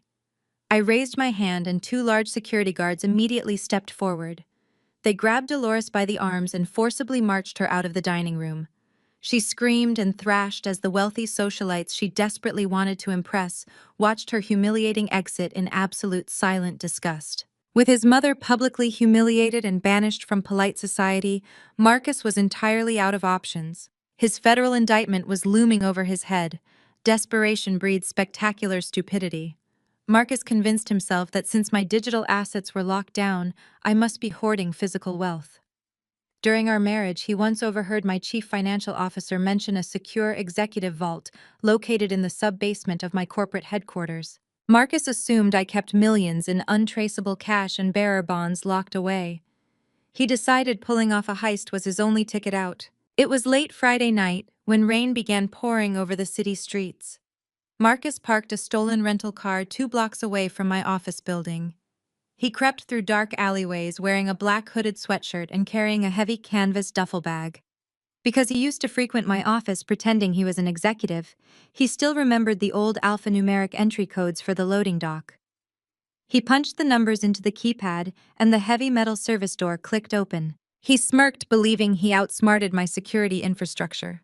He slipped inside, avoiding the main lobby cameras and creeping down the stairwell toward the sub-basement. The executive vault was an imposing structure of reinforced steel set deep into the foundation. Marcus approached the massive door and pulled out a cloned keycard he secretly copied before our divorce. He swiped the card and typed his old spouse override pin into the secondary keypad. A green light flashed on the panel. The heavy bolts retracted with a loud clunk. Marcus pulled the heavy door open and slipped inside the dark vault. He turned on his phone flashlight, sweeping the beam across the walls. The vault was lined with safety deposit boxes and filing cabinets. He unzipped his duffel bag and began frantically pulling open drawers, dumping whatever he could find inside. He grabbed stacks of sealed envelopes, bound ledgers, and heavy portfolios, believing he was stealing a massive, untraceable fortune. I was so consumed by his greedy frenzy that he completely ignored the soft mechanical whirring sound echoing above his head. He did not notice the small red sensor light blinking in the corner of the ceiling. He was too busy stuffing his bag to realize the massive steel door behind him was slowly drifting shut. The heavy door slammed closed with an earth-shattering boom that shook the concrete floor. The solid steel locking bolts violently fired into place, sealing the vault tight. Marcus jumped, spinning around in sheer panic. He dropped his duffel bag and rushed to the door. He shoved his shoulder against the cold steel, but it did not budge a single millimeter. He frantically pounded his fists against the metal, screaming for help, but the vault was entirely soundproof. He pulled out his phone to call his pathetic accomplices, but the screen displayed a bold message saying, "No network connection." The sub-basement vault was a total dead zone, surrounded by 3 feet of solid concrete and steel. He was completely trapped inside a dark, airtight box, miles away in the comfort of my warm living room. I was enjoying a glass of red wine when my private security tablet chimed. I set down my glass and picked up the device. The screen displayed a high-definition night vision camera feed from inside my corporate vault. I watched Marcus pacing back and forth, pulling his hair and kicking the metal filing cabinets like a trapped rat. I smiled, taking a slow sip of my wine. When I officially filed for divorce, I completely overhauled the digital security grid at my public relations firm. I paid a premium to install a state-of-the-art biometric surveillance system. The system was highly intelligent. When Marcus swiped his cloned keycard, the security network instantly recognized his credentials as unauthorized and hostile. Instead of triggering an external alarm and locking him out, the system executed a custom protocol I had personally designed. The system deliberately allowed him to open the door and step inside. It waited exactly 60 seconds for him to cross the threshold before sealing the door behind him and engaging the lockdown sequence. I sat on my sofa watching him scream into the silent security camera. He looked absolutely pathetic.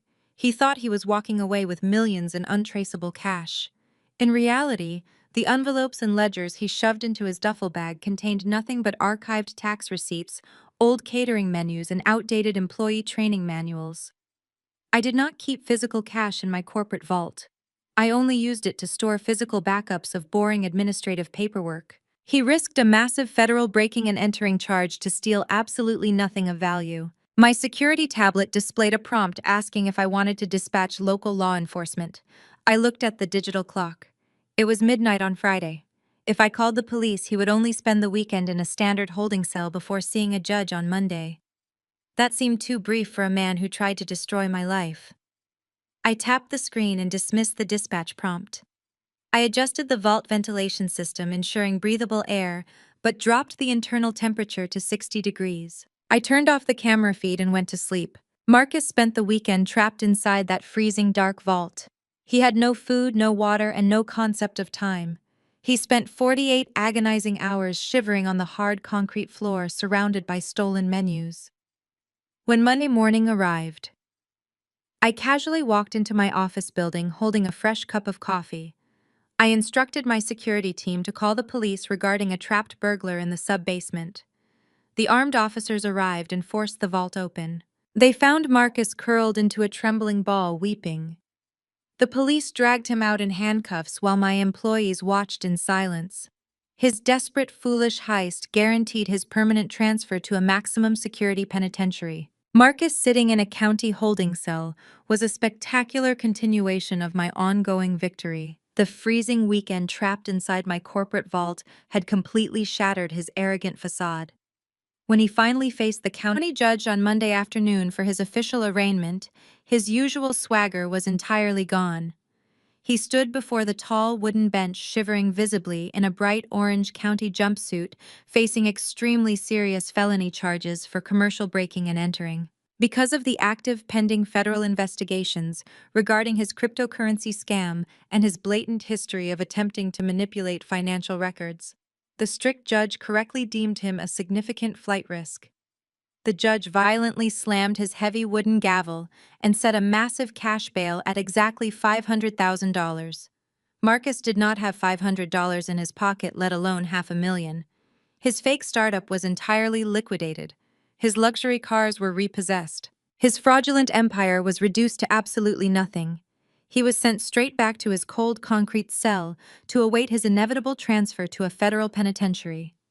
The terrifying reality of spending the next decade behind solid steel bars finally crushed his massive ego into 1,000 tiny pieces, leaving him completely hopeless without any power. His spectacular public downfall left his mother completely desperate.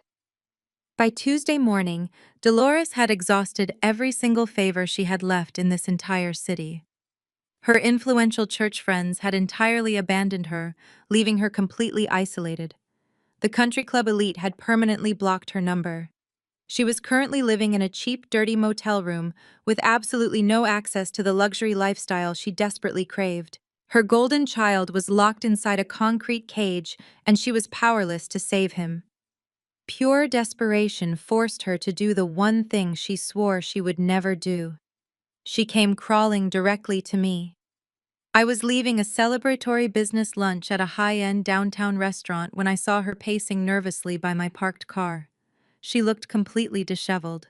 Her designer clothes were heavily wrinkled, and her posture was completely broken. When she saw me approaching, she did not shout or throw a childish tantrum. She collapsed to her knees right there on the dirty concrete sidewalk.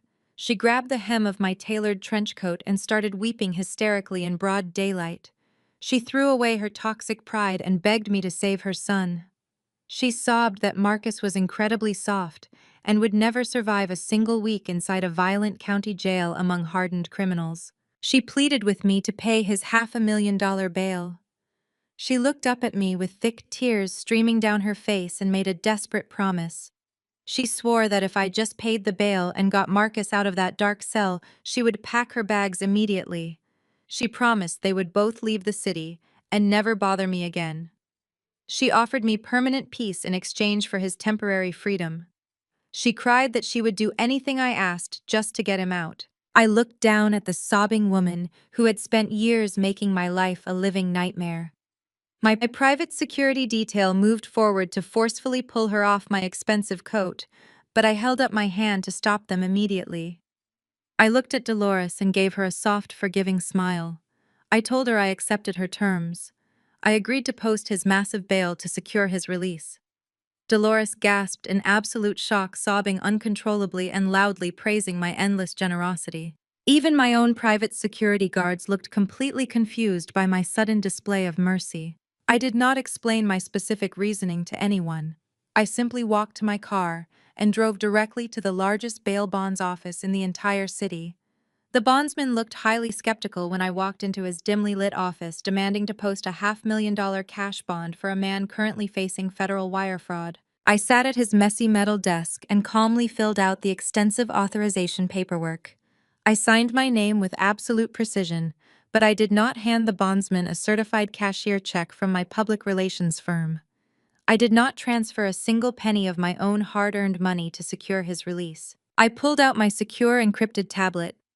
During the brief time Andre tried to entrap me, he had foolishly handed over a fraction of Marcus' private digital ledgers. My cybersecurity team had easily decrypted the rest of the hidden network overnight. I knew exactly where Marcus was hiding his secret offshore cryptocurrency accounts. I logged into his untraceable digital wallet using his stolen credentials. I executed a direct anonymous wire transfer of exactly $500,000 straight to the bail bondsman. The digital transaction cleared instantly. But moving $500,000 of completely untaxed, unregistered cryptocurrency across international borders is an incredibly loud financial event. It acted like a massive digital flare gun. That sudden explosive movement of illegal funds triggered an immediate automated red flag within the Internal Revenue Service and the Federal Bureau of Investigation.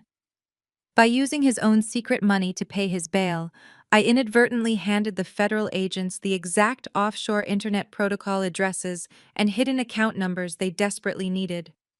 Before Marcus could even be processed for release, the Federal Cybercrimes Division executed a rapid digital seizure. They instantly drained and locked every single hidden account Marcus had left. I smiled warmly, handing the tablet back to my private security chief with profound satisfaction. I just secured his release while simultaneously ensuring he walked out of jail completely and utterly bankrupt forever. I thought he was finally going to be a free man, but he was stepping into a cold, unforgiving world where he had absolutely zero financial resources left to fight me or anyone else ever again in his entire miserable life. Marcus stepped out of the county jail with nothing but the orange jumpsuit on his back and the realization that his federal nightmare was just beginning. Because I had systematically drained and seized every single hidden offshore account he possessed, he could no longer afford the army of high-priced corporate defense attorneys he desperately needed. The federal court assigned him a standard public defender for his impending wire fraud trial. I attended his preliminary hearing the following Tuesday morning, sitting quietly in the back row of the austere federal courtroom. I wore a tailored charcoal suit and observed the proceedings with total detachment, expecting a routine scheduling conference. I expected Marcus to plead poverty and beg for a plea deal. I did not expect his overworked public defender to launch a highly calculated targeted assassination of my character. The public defender, a sharp-looking man with a remarkably confident swagger, stepped up to the podium, Instead of arguing for reduced bail conditions or requesting an extension for discovery, he immediately addressed the federal judge with a wild conspiracy theory. He claimed that his client Marcus was nothing more than a clueless pawn in a massive corporate embezzlement scheme. The attorney looked directly back at me and pointed a finger. He loudly declared to the packed courtroom that I was the actual financial mastermind behind the entire cryptocurrency scam. He argued that I deliberately set up the fraudulent token using my own company logo to frame my innocent ex-husband out of bitter spite over our divorce. The judge frowned, demanding evidence for such a bold accusation. The public defender eagerly opened his legal briefcase and pulled out a stack of documents. He began reciting highly specific, deeply personal details about my corporate structure. He mentioned the exact date I transferred my assets into a blind holding company. He referenced private conversations I had in my own living room regarding my tax filing strategies. I even quoted a specific argument Marcus and I had about his monthly allowance right down to the exact dollar amount. The attorney painted a terrifyingly convincing picture of me as a ruthless, calculating predator who trapped Marcus in a web of financial deceit. I sat in the gallery, maintaining a perfectly neutral expression, but my mind was racing at 1,000,000 miles an hour. The details the public defender was citing were not part of any public record. They were not in the police report or the initial federal indictment. They were highly intimate fragments of my personal life that only someone inside the family circle could possibly know. Marcus was entirely too stupid to articulate my corporate tax strategies to a public defender. Dolores barely understood how her own checking account worked. Andre was currently hiding from his own scandals. That left only one person desperate enough, vindictive enough, and cunning enough to feed a federal defense attorney this specific narrative: Jessica. She was out on bail facing her own insurance fraud and false police report charges. She was completely broke and her marriage to Andre was in ruins. She wanted me in a federal prison cell right next to Marcus. I pulled out my encrypted smartphone right there in the gallery. I sent an urgent text message to my elite private investigator who was already on retainer. I told him to immediately dig into the public defender's recent financial acquisitions and cross-reference them with Jessica's known associates. I instructed him to follow the money no matter how deeply it was buried. The judge allowed the public defender to continue his character assassination for another 20 minutes while I waited patiently. My phone finally buzzed with a secure file transfer. My investigator is worth every single penny I pay him. He had hacked into a shadow account linked directly to the public defender's spouse. The paper trail was absolutely undeniable.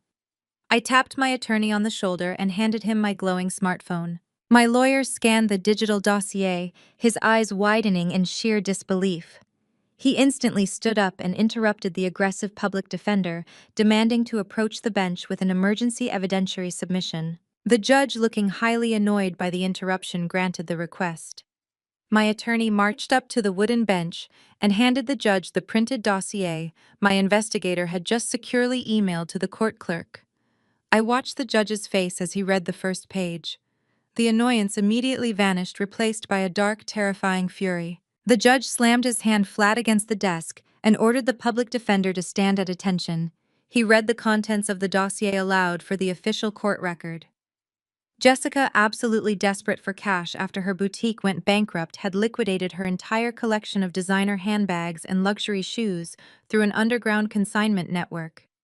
She had taken the $40,000 in untraceable cash and used it to directly bribe the public defender. She paid him to throw the federal case by fabricating a defense entirely centered on destroying my life. The dossier contained the exact wire transfers, the pawnshop receipts, and the digital communication logs between Jessica and the corrupt attorney. The public defender turned the color of ash. He tried to stammer out a denial, but the evidence was overwhelming. The federal judge did not let him finish. He struck his heavy wooden gavel with the force of a thunderclap. The judge formally declared an immediate mistrial. He looked down at the trembling lawyer and announced an immediate disbarment investigation through the state bar. He ordered bailiffs to take the attorney into federal custody for accepting a bribe. As the lawyer was hauled away in handcuffs, the judge turned his furious gaze toward Marcus. He added felony bribery and witness tampering to the mountain of charges facing him. I slowly stood up, smoothed my perfectly tailored dark charcoal blazer, and quietly walked out of the federal courtroom, leaving Marcus completely defenseless and entirely doomed forever. The crushing defeat in the federal courtroom did not stop Marcus from trying to salvage his shattered ego. Thanks to a sleazy bail bondsman, he managed to secure his temporary release while awaiting his new trial dates. But a narcissist stripped of his resources and public adoration is a highly dangerous creature. He was completely out of legal options and entirely out of money, so he decided to resort to pure public terrorism. He wanted to destroy my crowning professional achievement. On Saturday night, I hosted the inaugural Apex Women Empowerment Gala at the most exclusive luxury hotel in the downtown financial district. This was the most significant philanthropic event of my entire career. The ballroom was reserved exclusively to celebrate and fund brilliant Black female entrepreneurs. I stood at the end of the velvet red carpet, wearing a custom-tailored ruby gown, greeting the city's elite. Local politicians, highly successful business owners, and genuine philanthropists walked through the grand double doors. It was a flawless evening of Black excellence and corporate triumph. Then the screaming started. I heard the chaotic commotion before I saw him. Marcus pushed his way past the hotel valet stand wearing an obviously rented tuxedo that fit him poorly across the shoulders. He was not alone. He had hired a swarm of aggressive freelance paparazzi.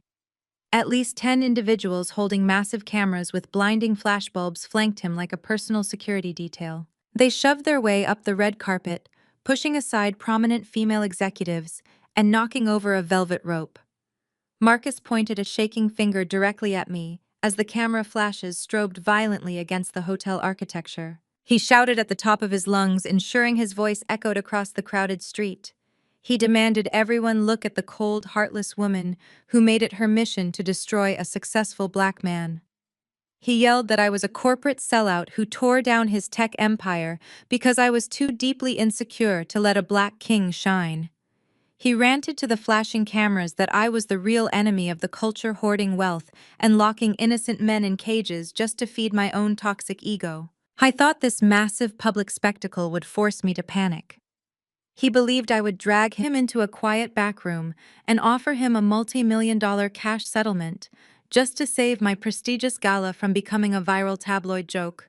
My private security detail immediately stepped forward, reaching inside their jackets to forcefully remove the disruptive threat. I raised my hand flat in the air, stopping my guards in their tracks. I did not panic. I did not look embarrassed. I gave Marcus a brilliant, welcoming smile.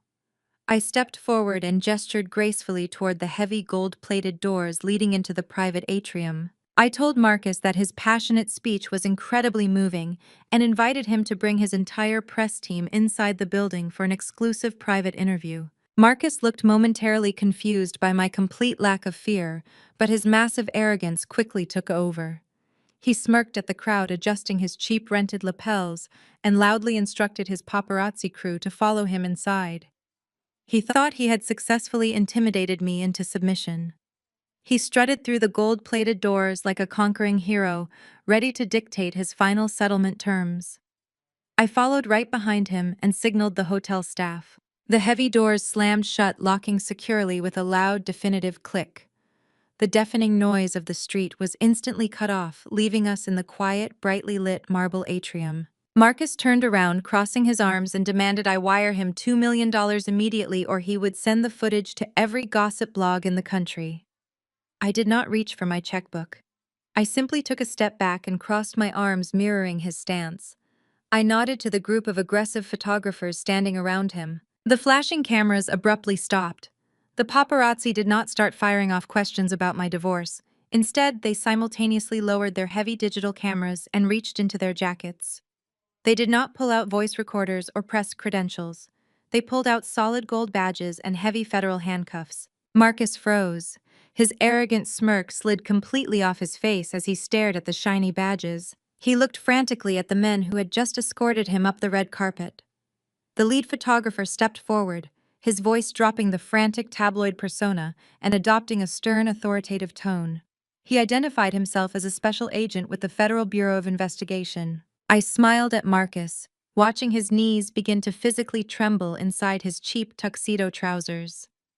I explained the situation to my terrified ex-husband. When he posted bail, his passport was legally confiscated and he was strictly forbidden from leaving the state.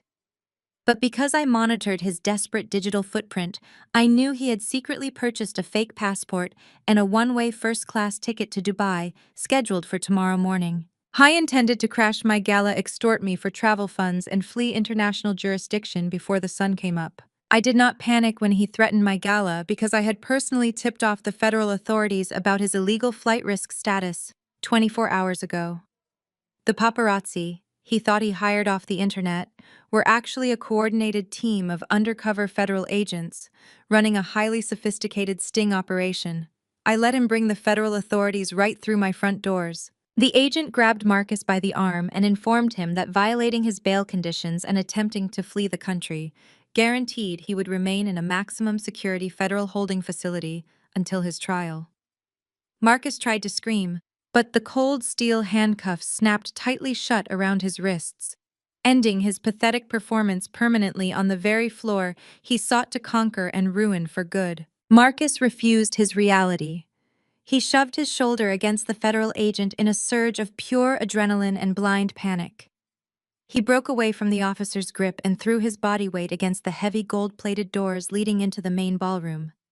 The doors burst wide open, crashing against the walls, and Marcus stumbled into the grand ballroom. Hundreds of influential black female entrepreneurs, wealthy investors, and politicians turned around in absolute shock. Marcus made it only 5 steps across the polished marble floor. The federal agent sprinted right behind him. The lead agent tackled Marcus with devastating force. They crashed directly into a glass cocktail table covered in champagne flutes.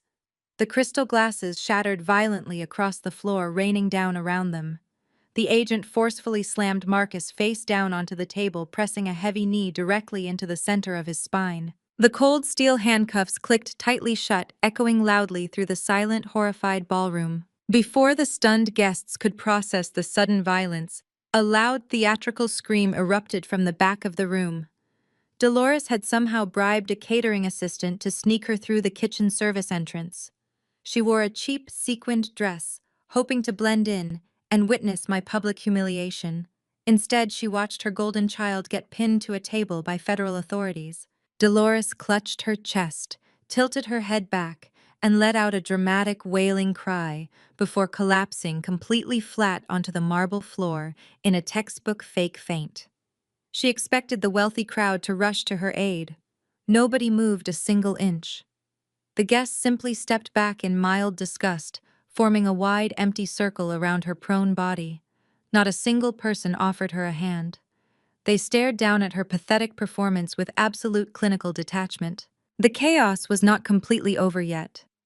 On the opposite side of the ballroom, near the rear emergency exit doors, another familiar face was frantically trying to escape notice.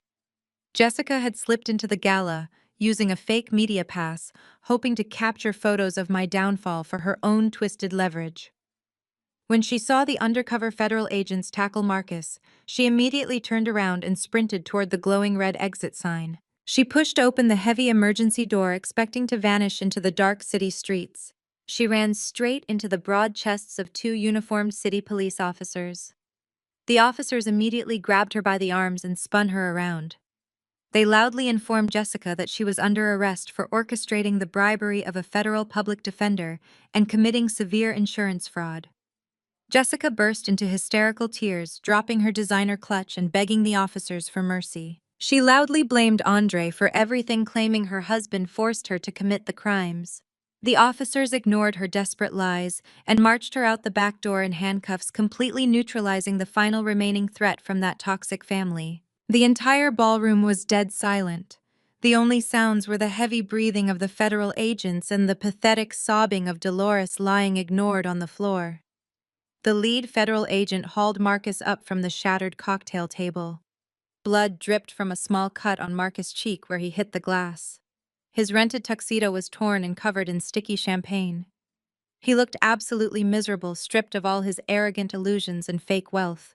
The agents grabbed him by both arms and began marching him down the center aisle of the ballroom toward the main exit. Marcus looked around at the faces of the most powerful business leaders in the city.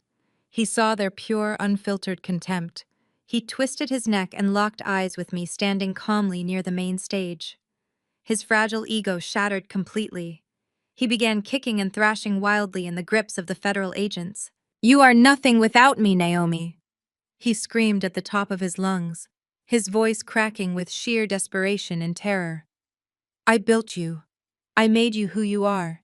You will lose everything without a real man behind you." The heavy gold doors slammed shut behind him, cutting off his pathetic screams instantly. The toxic family was finally neutralized in one swift, brutal stroke. My security team quietly walked over to Dolores, scooped her off the floor by her arms, and dragged her out through the kitchen service doors without saying a single word. I stood in the center of the completely silent ballroom. Hundreds of eyes were fixed directly on me, waiting to see how I would handle the catastrophic disruption of my prestigious event. I did not look shaken. I did not offer a frantic, tearful apology for the intense scene they just witnessed. I simply smoothed the skirt of my custom-tailored ruby gown and walked with slow, deliberate confidence up the steps to the main stage. I stepped up to the microphone standing tall and perfectly composed. I picked up a fresh crystal glass of champagne from the podium. I reached out and smoothly tapped my manicured fingernail against the rim of the glass. The sharp, clear ringing sound commanded the absolute attention of every single person in the room. I looked out over the crowd and offered a brilliant, welcoming smile. "I want to sincerely thank my former husband for providing us with a highly educational live demonstration of the severe consequences of corporate fraud." I announced, my voice projecting with steady, undeniable authority. A few people in the front row chuckled nervously, and then the entire ballroom erupted into genuine, relaxed laughter. I did not miss a beat. I seamlessly transitioned directly into my keynote speech. I spoke about the unique power of Black female entrepreneurs, the absolute necessity of financial literacy, and the vital importance of protecting our hard-earned empires from those who seek to drain our resources. When I finished my speech, the massive crowd erupted into thunderous standing applause for me. The thunderous applause from the grand ballroom echoed in my mind for weeks after that defining night. The morning after the gala, the financial news networks ran my keynote speech on a continuous loop. They did not focus on the pathetic man who was dragged out in handcuffs. They focused entirely on my message of financial literacy, corporate protection, and Black female empowerment. My public relations firm did not just survive the media circus Marcus tried to create. We absorbed the attention and converted it into unparalleled, explosive growth. Major corporate clients who watched me handle a federal takedown with absolute flawless composure immediately wanted my agency, representing their global brands. My business valuation tripled in less than 3 months. I took that massive influx of new capital and officially launched my philanthropic foundation. We provided aggressive financial literacy training and business grants to women of color, ensuring no one else would ever be financially trapped by a manipulative partner. 6 months passed since I watched the heavy gold doors slam shut on my former life. I traded the concrete canyons and boardrooms of the city for the breathtaking, endless expanse of the Aegean Sea. I sat lounging on the plush white deck of a chartered private yacht, gently cutting through the crystal-clear waters just off the coast of Santorini, Greece. The warm Mediterranean breeze brushed against my skin. The sky above me was painted in vibrant streaks of violet and burnt orange as the sun began its slow descent below the horizon. I wore a flowing white silk dress that caught the ocean wind, feeling absolutely untethered from the heavy burdens I carried for years. I held a chilled crystal glass of crisp, local Assyrtiko wine resting comfortably against the padded cushions of the boat. I took a slow sip of the wine, letting the cool citrus notes ground me in the present moment. I had completely detached myself from the toxic wreckage of my past, but my executive team kept me briefly updated on the spectacular collapse of my former family. The updates were always brief and highly satisfying. Jessica and Andre finalized their incredibly messy, vicious divorce.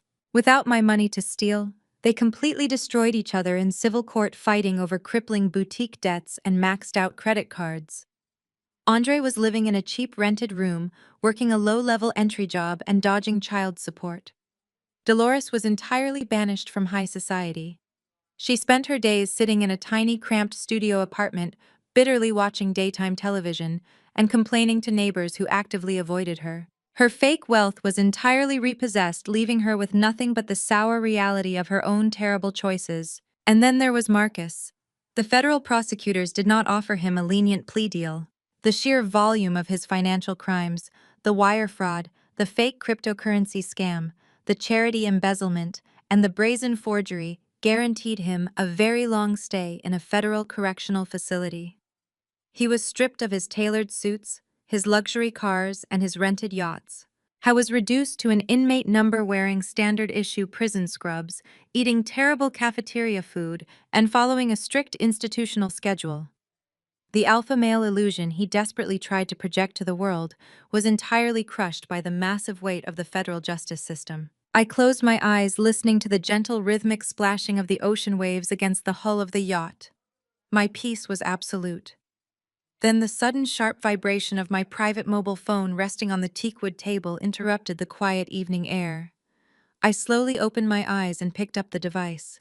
The screen displayed an incoming text message from an unknown out-of-state burner number. The area code matched the exact location of the federal penitentiary where Marcus was currently serving his lengthy sentence. I tapped the screen and opened the message. It was a long, rambling, pathetic block of text. Marcus had somehow managed to smuggle a burner phone into his cell block or paid another inmate to send a message on his behalf. The arrogant, demanding tone he used during our entire marriage was completely gone. He was practically begging on his digital knees. He wrote that the prison conditions were miserable and he was starving because he could not stomach the institutional food. He pleaded with me to log into the federal commissary portal and deposit just $50 into his inmate account so he could afford to buy basic instant noodles and cheap instant coffee. He swore up and down that sitting in that dark cell made him realize what a massive mistake he made. He promised he had completely changed his toxic ways. He ended the desperate message by claiming he still loved me and begging me to show him just a tiny ounce of mercy. I stared at the pathetic text message. $50. The man who tried to steal my $1.5 million home. The man who tried to extort me for thousands. The man who tried to ruin my entire professional reputation on a global stage was now begging his successful ex-wife for pocket change to buy a cup of cheap instant noodles. I did not type a single word in response. I did not waste my breath or my energy engaging with a ghost. I simply switched my phone application to the camera. I held the phone up high, framing the perfect shot. I made sure the stunning, breathtaking Santorini sunset filled the background of the image. I raised my crystal glass of wine, holding it up in a silent, triumphant toast.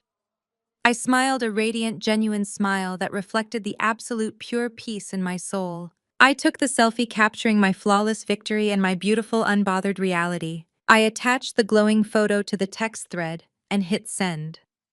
I watched the progress bar turning, confirming the image of my luxury vacation was delivered directly to his bleak prison cell. I immediately tapped his contact profile, pressed the bold red block number button, and permanently severed his final digital lifeline. I casually tossed the phone onto the plush white cushions beside me.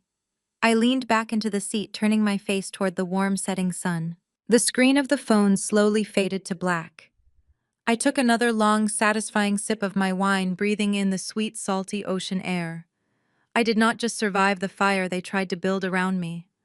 I bought the land it burned on and built a paradise they will never be allowed to touch. The core lesson from this story is that empowerment comes from maintaining absolute financial independence and uncompromising legal awareness. When you build an empire, it is your fundamental responsibility to protect it from parasites, even if those parasites disguise themselves as spouses or family. Meticulous attention to documentation, strategic foresight, and asset protection, and a firm refusal to let emotional manipulation cloud your judgment showcase the ultimate defense against exploitation. Never assume that loyalty supersedes greed. Secure your future, read the fine print, and never be afraid to sever ties with toxic individuals who only consume your hard-earned success. If this story inspired you to protect your peace and your assets, hit that subscribe button and share your own triumph in the comments below.